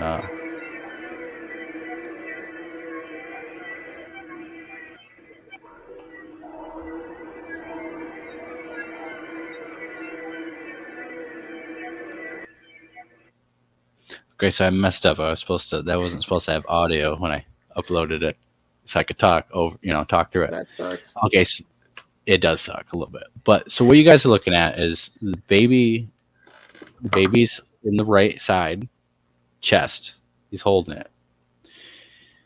The Sasquatch moves, and you can see the Sasquatch's arm makes a very fast motion, and I think it's patting the baby. It goes down. It looks at Paul, and I think the baby moves a little bit because it whips its head right back, concentrating right here, and I think it's trying to comfort the baby. And so what you're looking for is the baby head coming off the chest. You're looking at the hand. The left hand is going to pat pat the baby, and you're going to see the hand movement. It really, I mean, I think that is one of the more interesting parts too, of how fast this hand movement is and what's going on, and that the Sasquatch whips its head. It's always concentrated on the spot, and it looks at Paul and it whips right back at this spot. Okay, so let's play this clip, and let's just really try to take a look at it and see if you guys can see what I'm trying to show you guys. So let me, I hope this is kind of a pain in the butt. Every time I click on something else, I always have to like re-scroll for the video. Are you using your phone right now for your camera? No, for the hosting application. It's making it a pain though. All right, so again, look for the baby, right side, and the hand movement. And overall, what the Sasquatch is doing. What is the Sasquatch doing?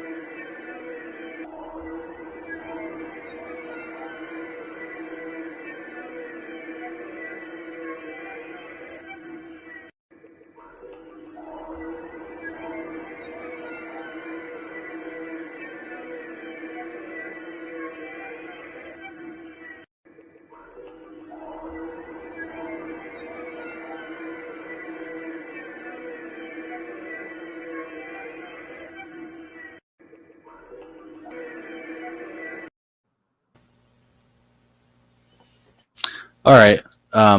So as you guys can see a little bit, hopefully you guys can see the arm movement, because I think that is a very awesome movement. But to me, the Sasquatch walks in the frame, looking down at this thing, looks back, and continues to concentrate right back on whatever it's holding. I think it's the young one.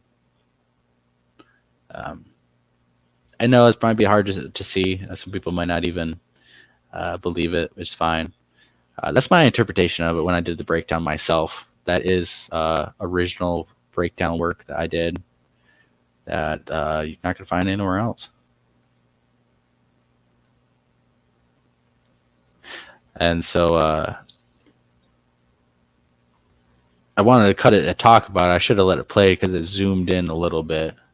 But we'll show that clip on another show when we got more time.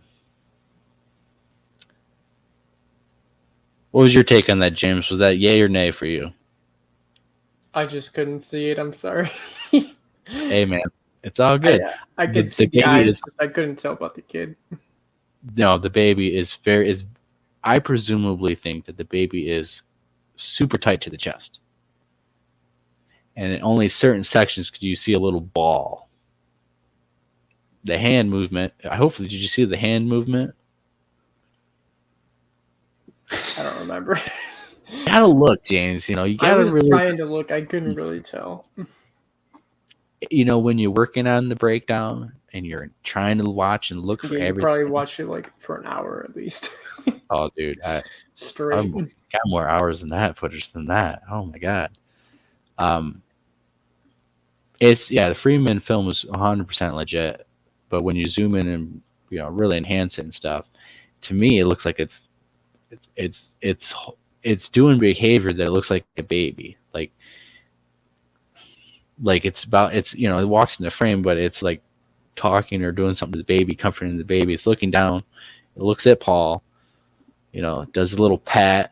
The hand movement is really fast and abrupt. It does a little patting motion and then comes down when it does the turn and looks at Paul, the head snaps right back to whatever it's holding. The head doesn't look up. The head's not looking at Paul. The head's not looking anywhere. The head snaps right back down to whatever I think it's holding, which is a baby. That is my opinion on this from what I had done. Am I wrong? I don't know. I could be. Who knows? Hopefully better technology will come out to we can really bring that clip out and show stuff. But anyways, that's my interpretation on it. So now all those who've been watching and waiting, now we got some very rare footage that I don't think a lot of people have seen. And this is some footage that Bob Daigle has captured that he has.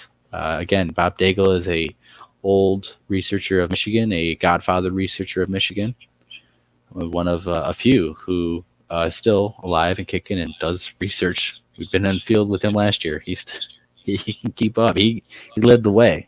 We were having to keep up with him. But this was on a piece of property, static cam shot in the late 90s of a Sasquatch destroying a barn. So you guys are actually going to see the Sasquatch destroying this barn. Damn it, James. Sorry. Oh, you swore. What is it now? I was going to say, so now we can talk about conspiracy theories of Dasani. That's another show, James. That's another show. This show is going to be wrapping up. But I know. we're going to show this for all those who's waited. You know, this is, I believe, legit stuff. Bob asked me to try to work on this a little bit, and it's hard. It's shot on VHS. And what I find interesting is, let's just play the clip first. And so I don't need to tell you where to look. What you know, this is pretty out in the open for you guys to basically watch and see. So, I think this is not. I personally think this is pretty rare. I've not really found it everywhere. It's not posted really to the internet or anything. All right, here we go.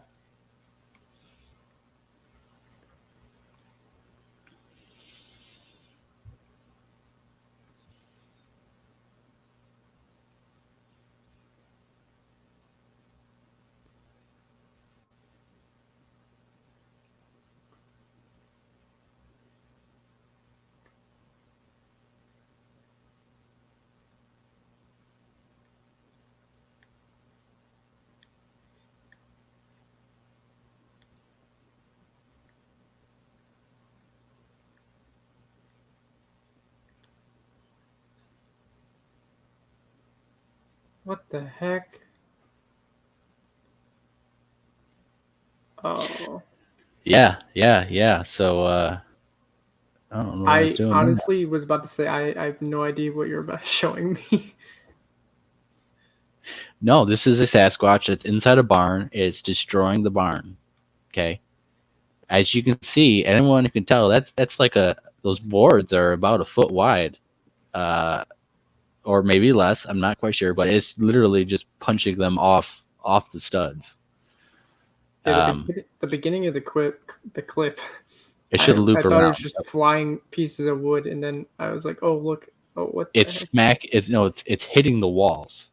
You know, it kicked a tire. Okay, it just pushed that out of the way. Now watch this just punch. Oh yeah. Did you go back to the beginning? Or? Yeah, it looped. It punched those sidings right off the studs.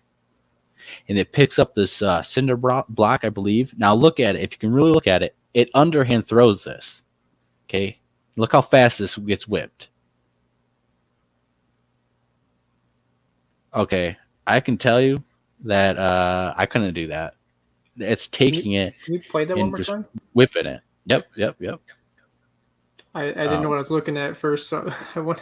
And this have a second view. This is supposed to have music, but it didn't. Ah. But anyone who's watching this and anyone who's knows anything about woodworking, carpentry, building anything knows that that's pretty freaking hard to do, and the momentum and power that it's doing that is well beyond humans. This is on static cam, set out overnight. Just watch the power. Bam. Did they know this was going to happen or something? They were getting activity. I don't know the full story 100%, so I can't accurately tell you, but I believe the owner was having activity and the thing was in the barn, and this particular night started destroying it more and more. I can't.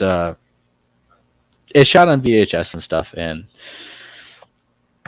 that's just pretty much as good as quality as you're gonna get unless you professionally pay for it. And then something else something or another individual actually goes behind the camera. You can see the shadow, and it touches the camera. But it's mad.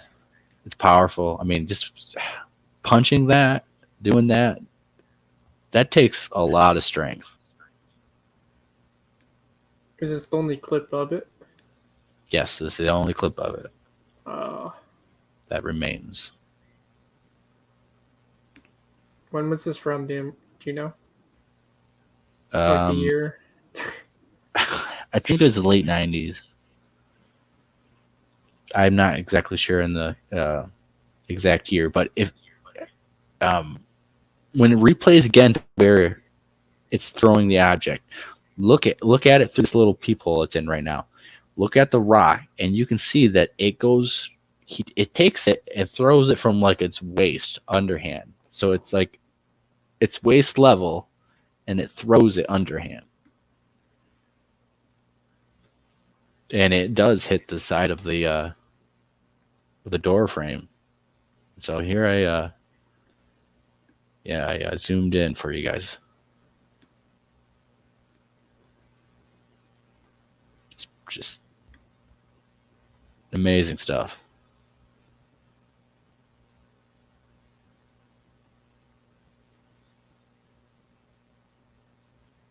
So watch this rock. It never goes above his waistline. Watch the arm movement. Bam. Look at that. That is incredible.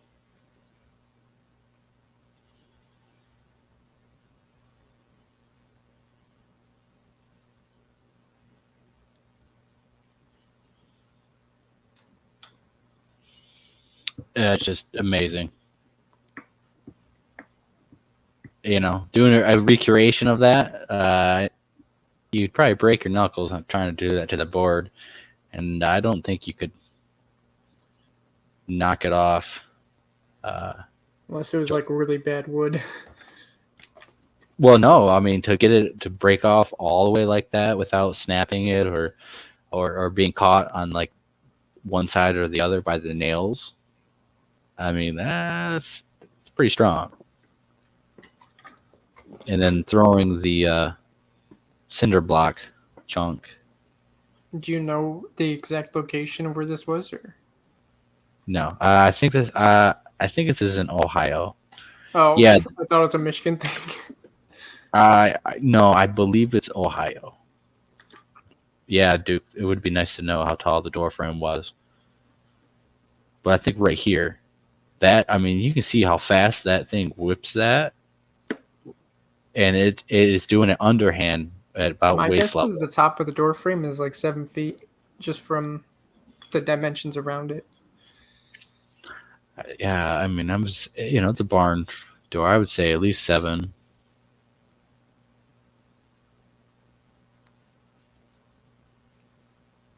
Very interesting stuff. That is, again, a clip that Bob Daigle, the Michigan researcher, was able to capture. And he has a lot of other stuff, a lot of other videos and experiences in his research in several states and in Michigan. And so I want to give full credit to him, as he deserves it, of course, and as it's the right thing to do. So I hope you guys enjoyed that clip. That is a pretty rare Bigfoot clip. I will be doing a video on it, and was suggested, I might send it to MK Davis to see if he can pull some better evidence out of there, and out of other stuff. So, yeah. Can you even enhance quality? VHS quality? It's still going to be grainy. You can mess with the colors and stuff, but it's not going to look sharp. It's not. It's just not there. I mean, you're working with. I think that might have been 720p. That was 720. Oh, jeez. I believe so. Yeah. But back then, that was good. I mean, back then, I mean, it's so. It doesn't have as much information stored on it as 180 or 4K. 4K is like amazing, but it is evidence. It is still very easy to see, very easy to understand what's going on, and you can still see the physics that's happening. I mean, if you really just look at what's happening to the boards and how much physical force and everything that's going on, the inertia, how fast that thing's being whipped, I think it can be determined that that's not is above human capacity to do. Yeah, we could convert it to digital and mess with it. Yeah. Yes. But it will still be 720p low res. Yep, exactly. But so anyways, I think it's legit. I mean, Bob's out, very upstanding guy, great researcher. I don't think anyone could really recreate that unless they're like strong men. I'm pretty strong. You want me to throw a punch at it and do it? Yeah, get all roided up on some roids to do it. Yeah. If he can't do it, I think the interesting thing is the how it throws it. Most people don't underhand throw. We're taught to throw like a normal baseball away, not underhand. A lot of Sasquatch are reported to throw underhand, and that is exactly what that thing does, and with some velocity and power to it, and it is accurate. It hits the door frame. I'm sure that's what it was aiming for. It's pretty accurate and fast. So yes, hopefully this clip is another clip that needs to go viral. Should get more recognition towards Bob, because I think it's legit. It's real deal stuff. It gets muddied with the waters of the fake stuff. That's why a lot of people need to, look at more smaller scale channels and researchers and stuff, and not this huge channel that just puts a bunch of fake stuff all the time. They don't even vet or claim that it's real. They just say, yeah, here's a video. What do you guys think? Speaking of fake things, I don't remember when it was, probably like a week or two ago. I saw a video on YouTube, a Russian Bigfoot found in park, and it was like literally what I think it was a skit of people, and they'd like show a clip, and there'd be like a sound of Big going roar or something like that through the woods, and they're like, "Oh my God, it's Bigfoot!" Yeah, it wasn't in Russia, but it was like I'm not sure where it was. I remember something about Russia though. They're getting more camera phones over there, so they're getting more Russian Bigfoot videos. Some of them are real. I know the one that chases the car is pretty legit looking, and there's the other video, and a lot of people said it was fake, but I thought it was so real, and it looked like a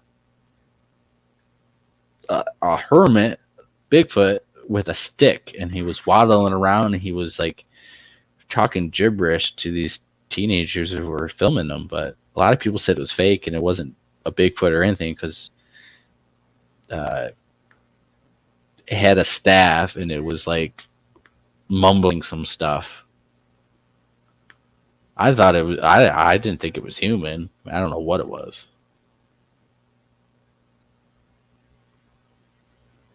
So No, but the one I saw was literally them being fake, I guess.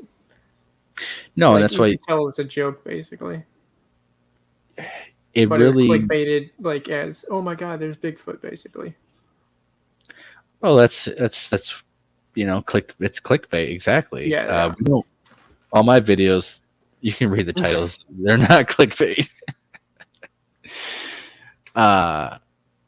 Because if we're not about that. I mean, we're going to show you the real deal stuff as best as we can, but we're not trying to be clickbait stuff, not trying to fake stuff. except for that one. Except for what one, James? The one where you got like 5,000 views on it, then people were pissed off at you because there wasn't no Bigfoot in the video. Oh, because I said like Bigfoot Yeah. talks or something, and No. I meant. Here, I can find it real quick. Hold up. Go ahead. I know I got some crap because I made a video and it was Bigfoot talk or Bigfoot talks. No, or it was whatever. Sasquatch on both sides of me, and people were like, "There's no Oh, Bigfoot in this." Yeah, I just showed the clip. Yeah, well, of course it. I think I would title it more something clickbaity if I actually had real Sasquatch on video, guys.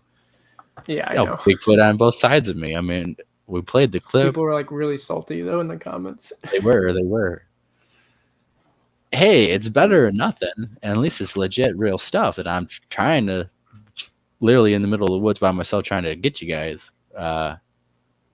Can't make everyone happy, but I think some interesting audio and video of, again, they're on both sides of us, and they responded to my whoop.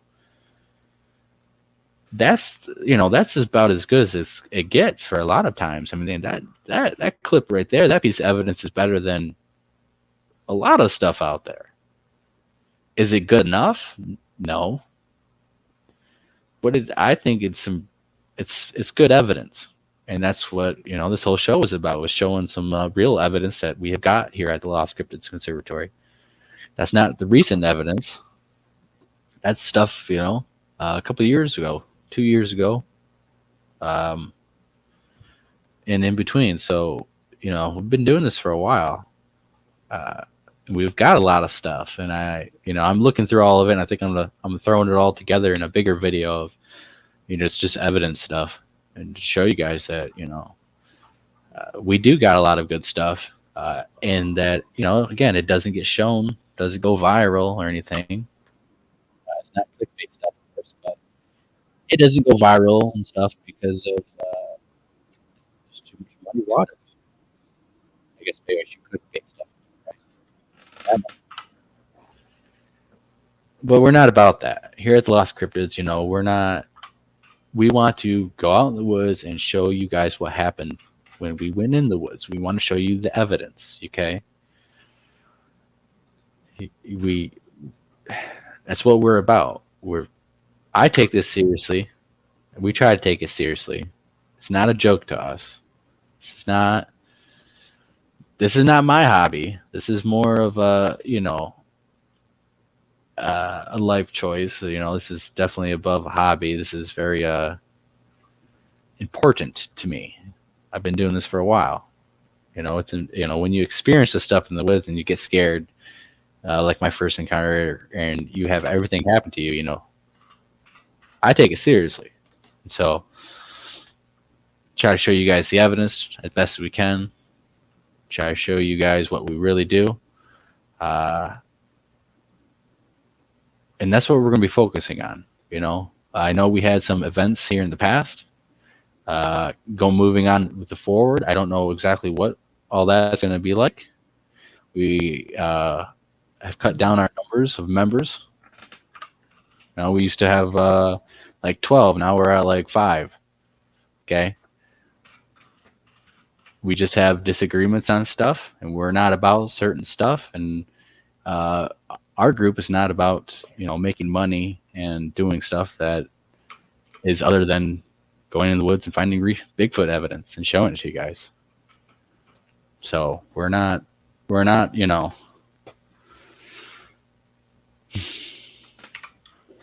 trying to make a quick buck off of Bigfoot. We're just trying to show you guys evidence. We're not. That's Sorry, about I it. was, No, no, sorry. it's I was not. trying to find that video and I just can't. I swear I watched it too. The one What I'm about the getting Russian at is, Bigfoot I was talking about. Not your thing, sorry.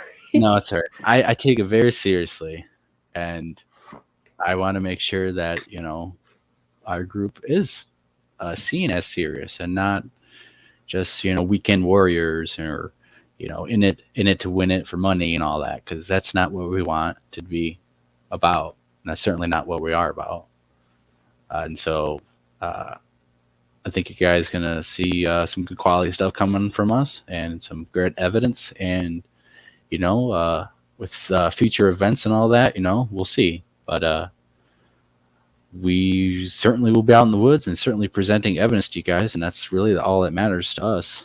We do take reports. I don't have a picture to show you guys, but I'll put it in the. Oh, I can't. This computer I'm on, I can't. I can't comment for some reason. What do you mean? Like we have the chat right here. I can't. Oh yeah, I don't know how you do it. I think you might just have to go to YouTube. YouTube No, put a comment in. you're supposed to, but I'm also doing it off my phone. Well, yeah, I'm on the computer though. There's no comment section, so on StreamYard. So I don't know how. Maybe they changed it. I don't know. Anyways, we got some good stuff planned. We got good future stuff planned. I know we got the 168 Bigfoot Odyssey documentary that's going to drop that features me and some former members of the Lost Cryptids on the trip there. And we got some great evidence that was caught there. Definitely some great evidence that you guys are going to see from those videos, documentaries, and I think you guys are going to, get some. I mean, I know it's going to be a several-part series, and I think you guys are just going to get blown away with everything we got. Plus, we are going back to Florida, 168. I know I will be going myself to represent the Lost Cryptids Conservatory as the only member going. It's going to be fun. It's going to be great. And definitely going to be pushing myself and anyone else who's with me deeper and harder into those woods and trying to get better evidence. When are you going? Soon. Oh yeah, you can't tell me when. Sorry. What month are you going? Soon. You can't even tell me the month. No. Is it no. like shit? If you watch Bigfoot Odyssey and Carrie, he announces it all. You guys can follow all that information through him. But the point is, Lost Cryptids was there. Lost Cryptids went pretty deep in the woods. We went. It's some pretty crazy stuff down there, and we did get some great evidence of it. I know I filmed something crossing the road that you guys are going to see, and I think it's hopefully going to blow you guys away. So, Yeah, anyway, I want to see this evidence. I haven't seen any of it yet, so I can't wait till it comes out. yeah,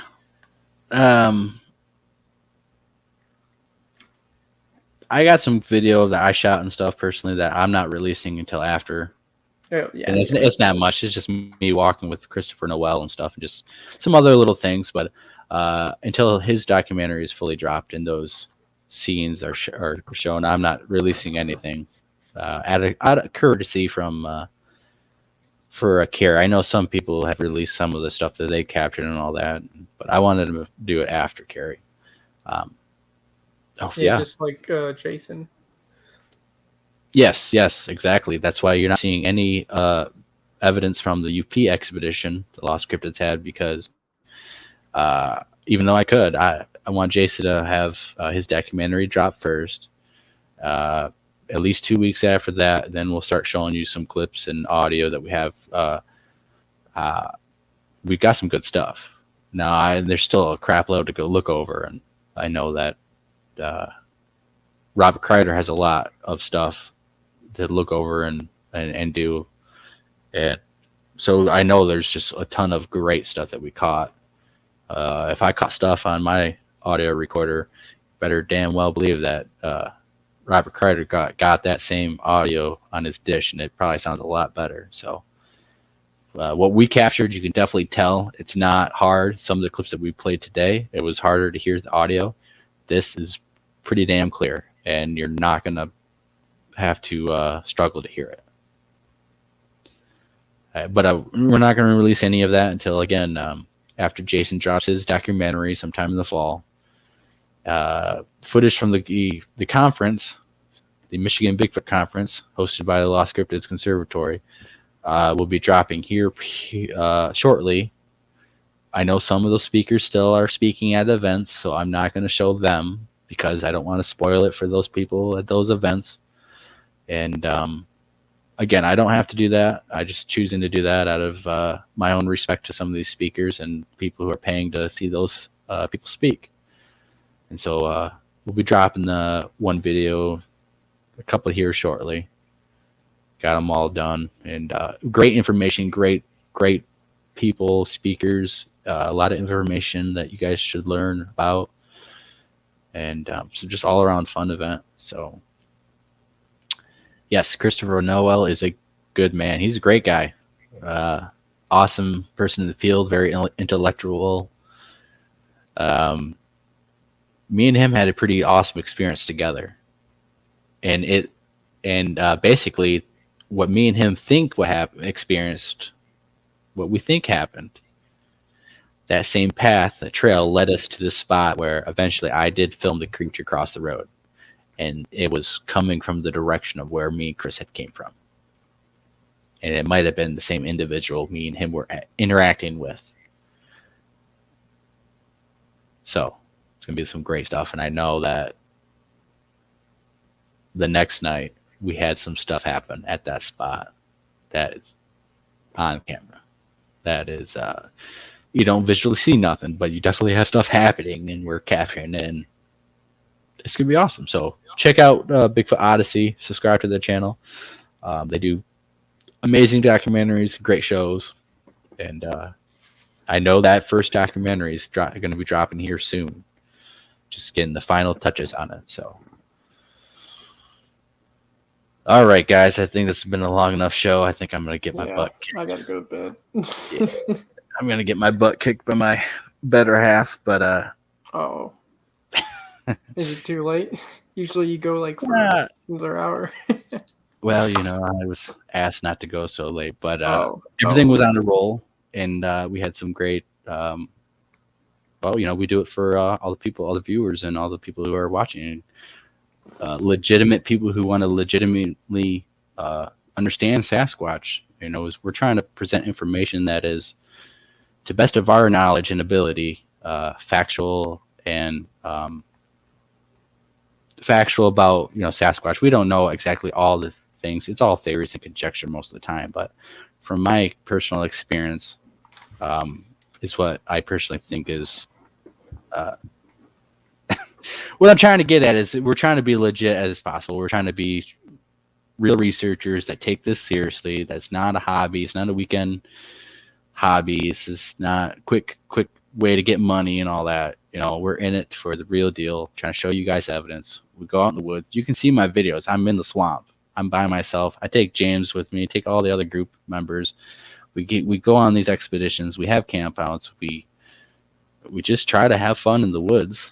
At the same time, we are trying to legitimately and seriously get evidence of Sasquatch and determine that it is Sasquatch and not another animal.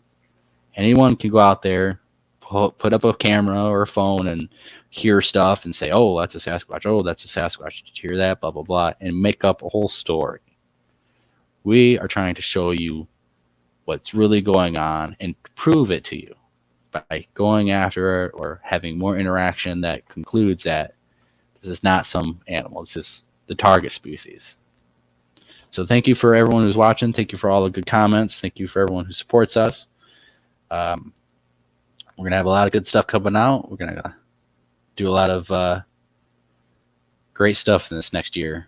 I think I feel it. You know, I felt it. I've been feeling it every year, and every year, more and more has been luckily has been captured by the Lost Cryptids Conservatory. So, without further ado, guys, thank you again for spending your time with us, and I really hope you enjoyed it. I hope you guys enjoyed all the evidence. Hopefully, you could see it all, hear it all, and we will definitely bring you more when we can. All right, we'll see you guys later.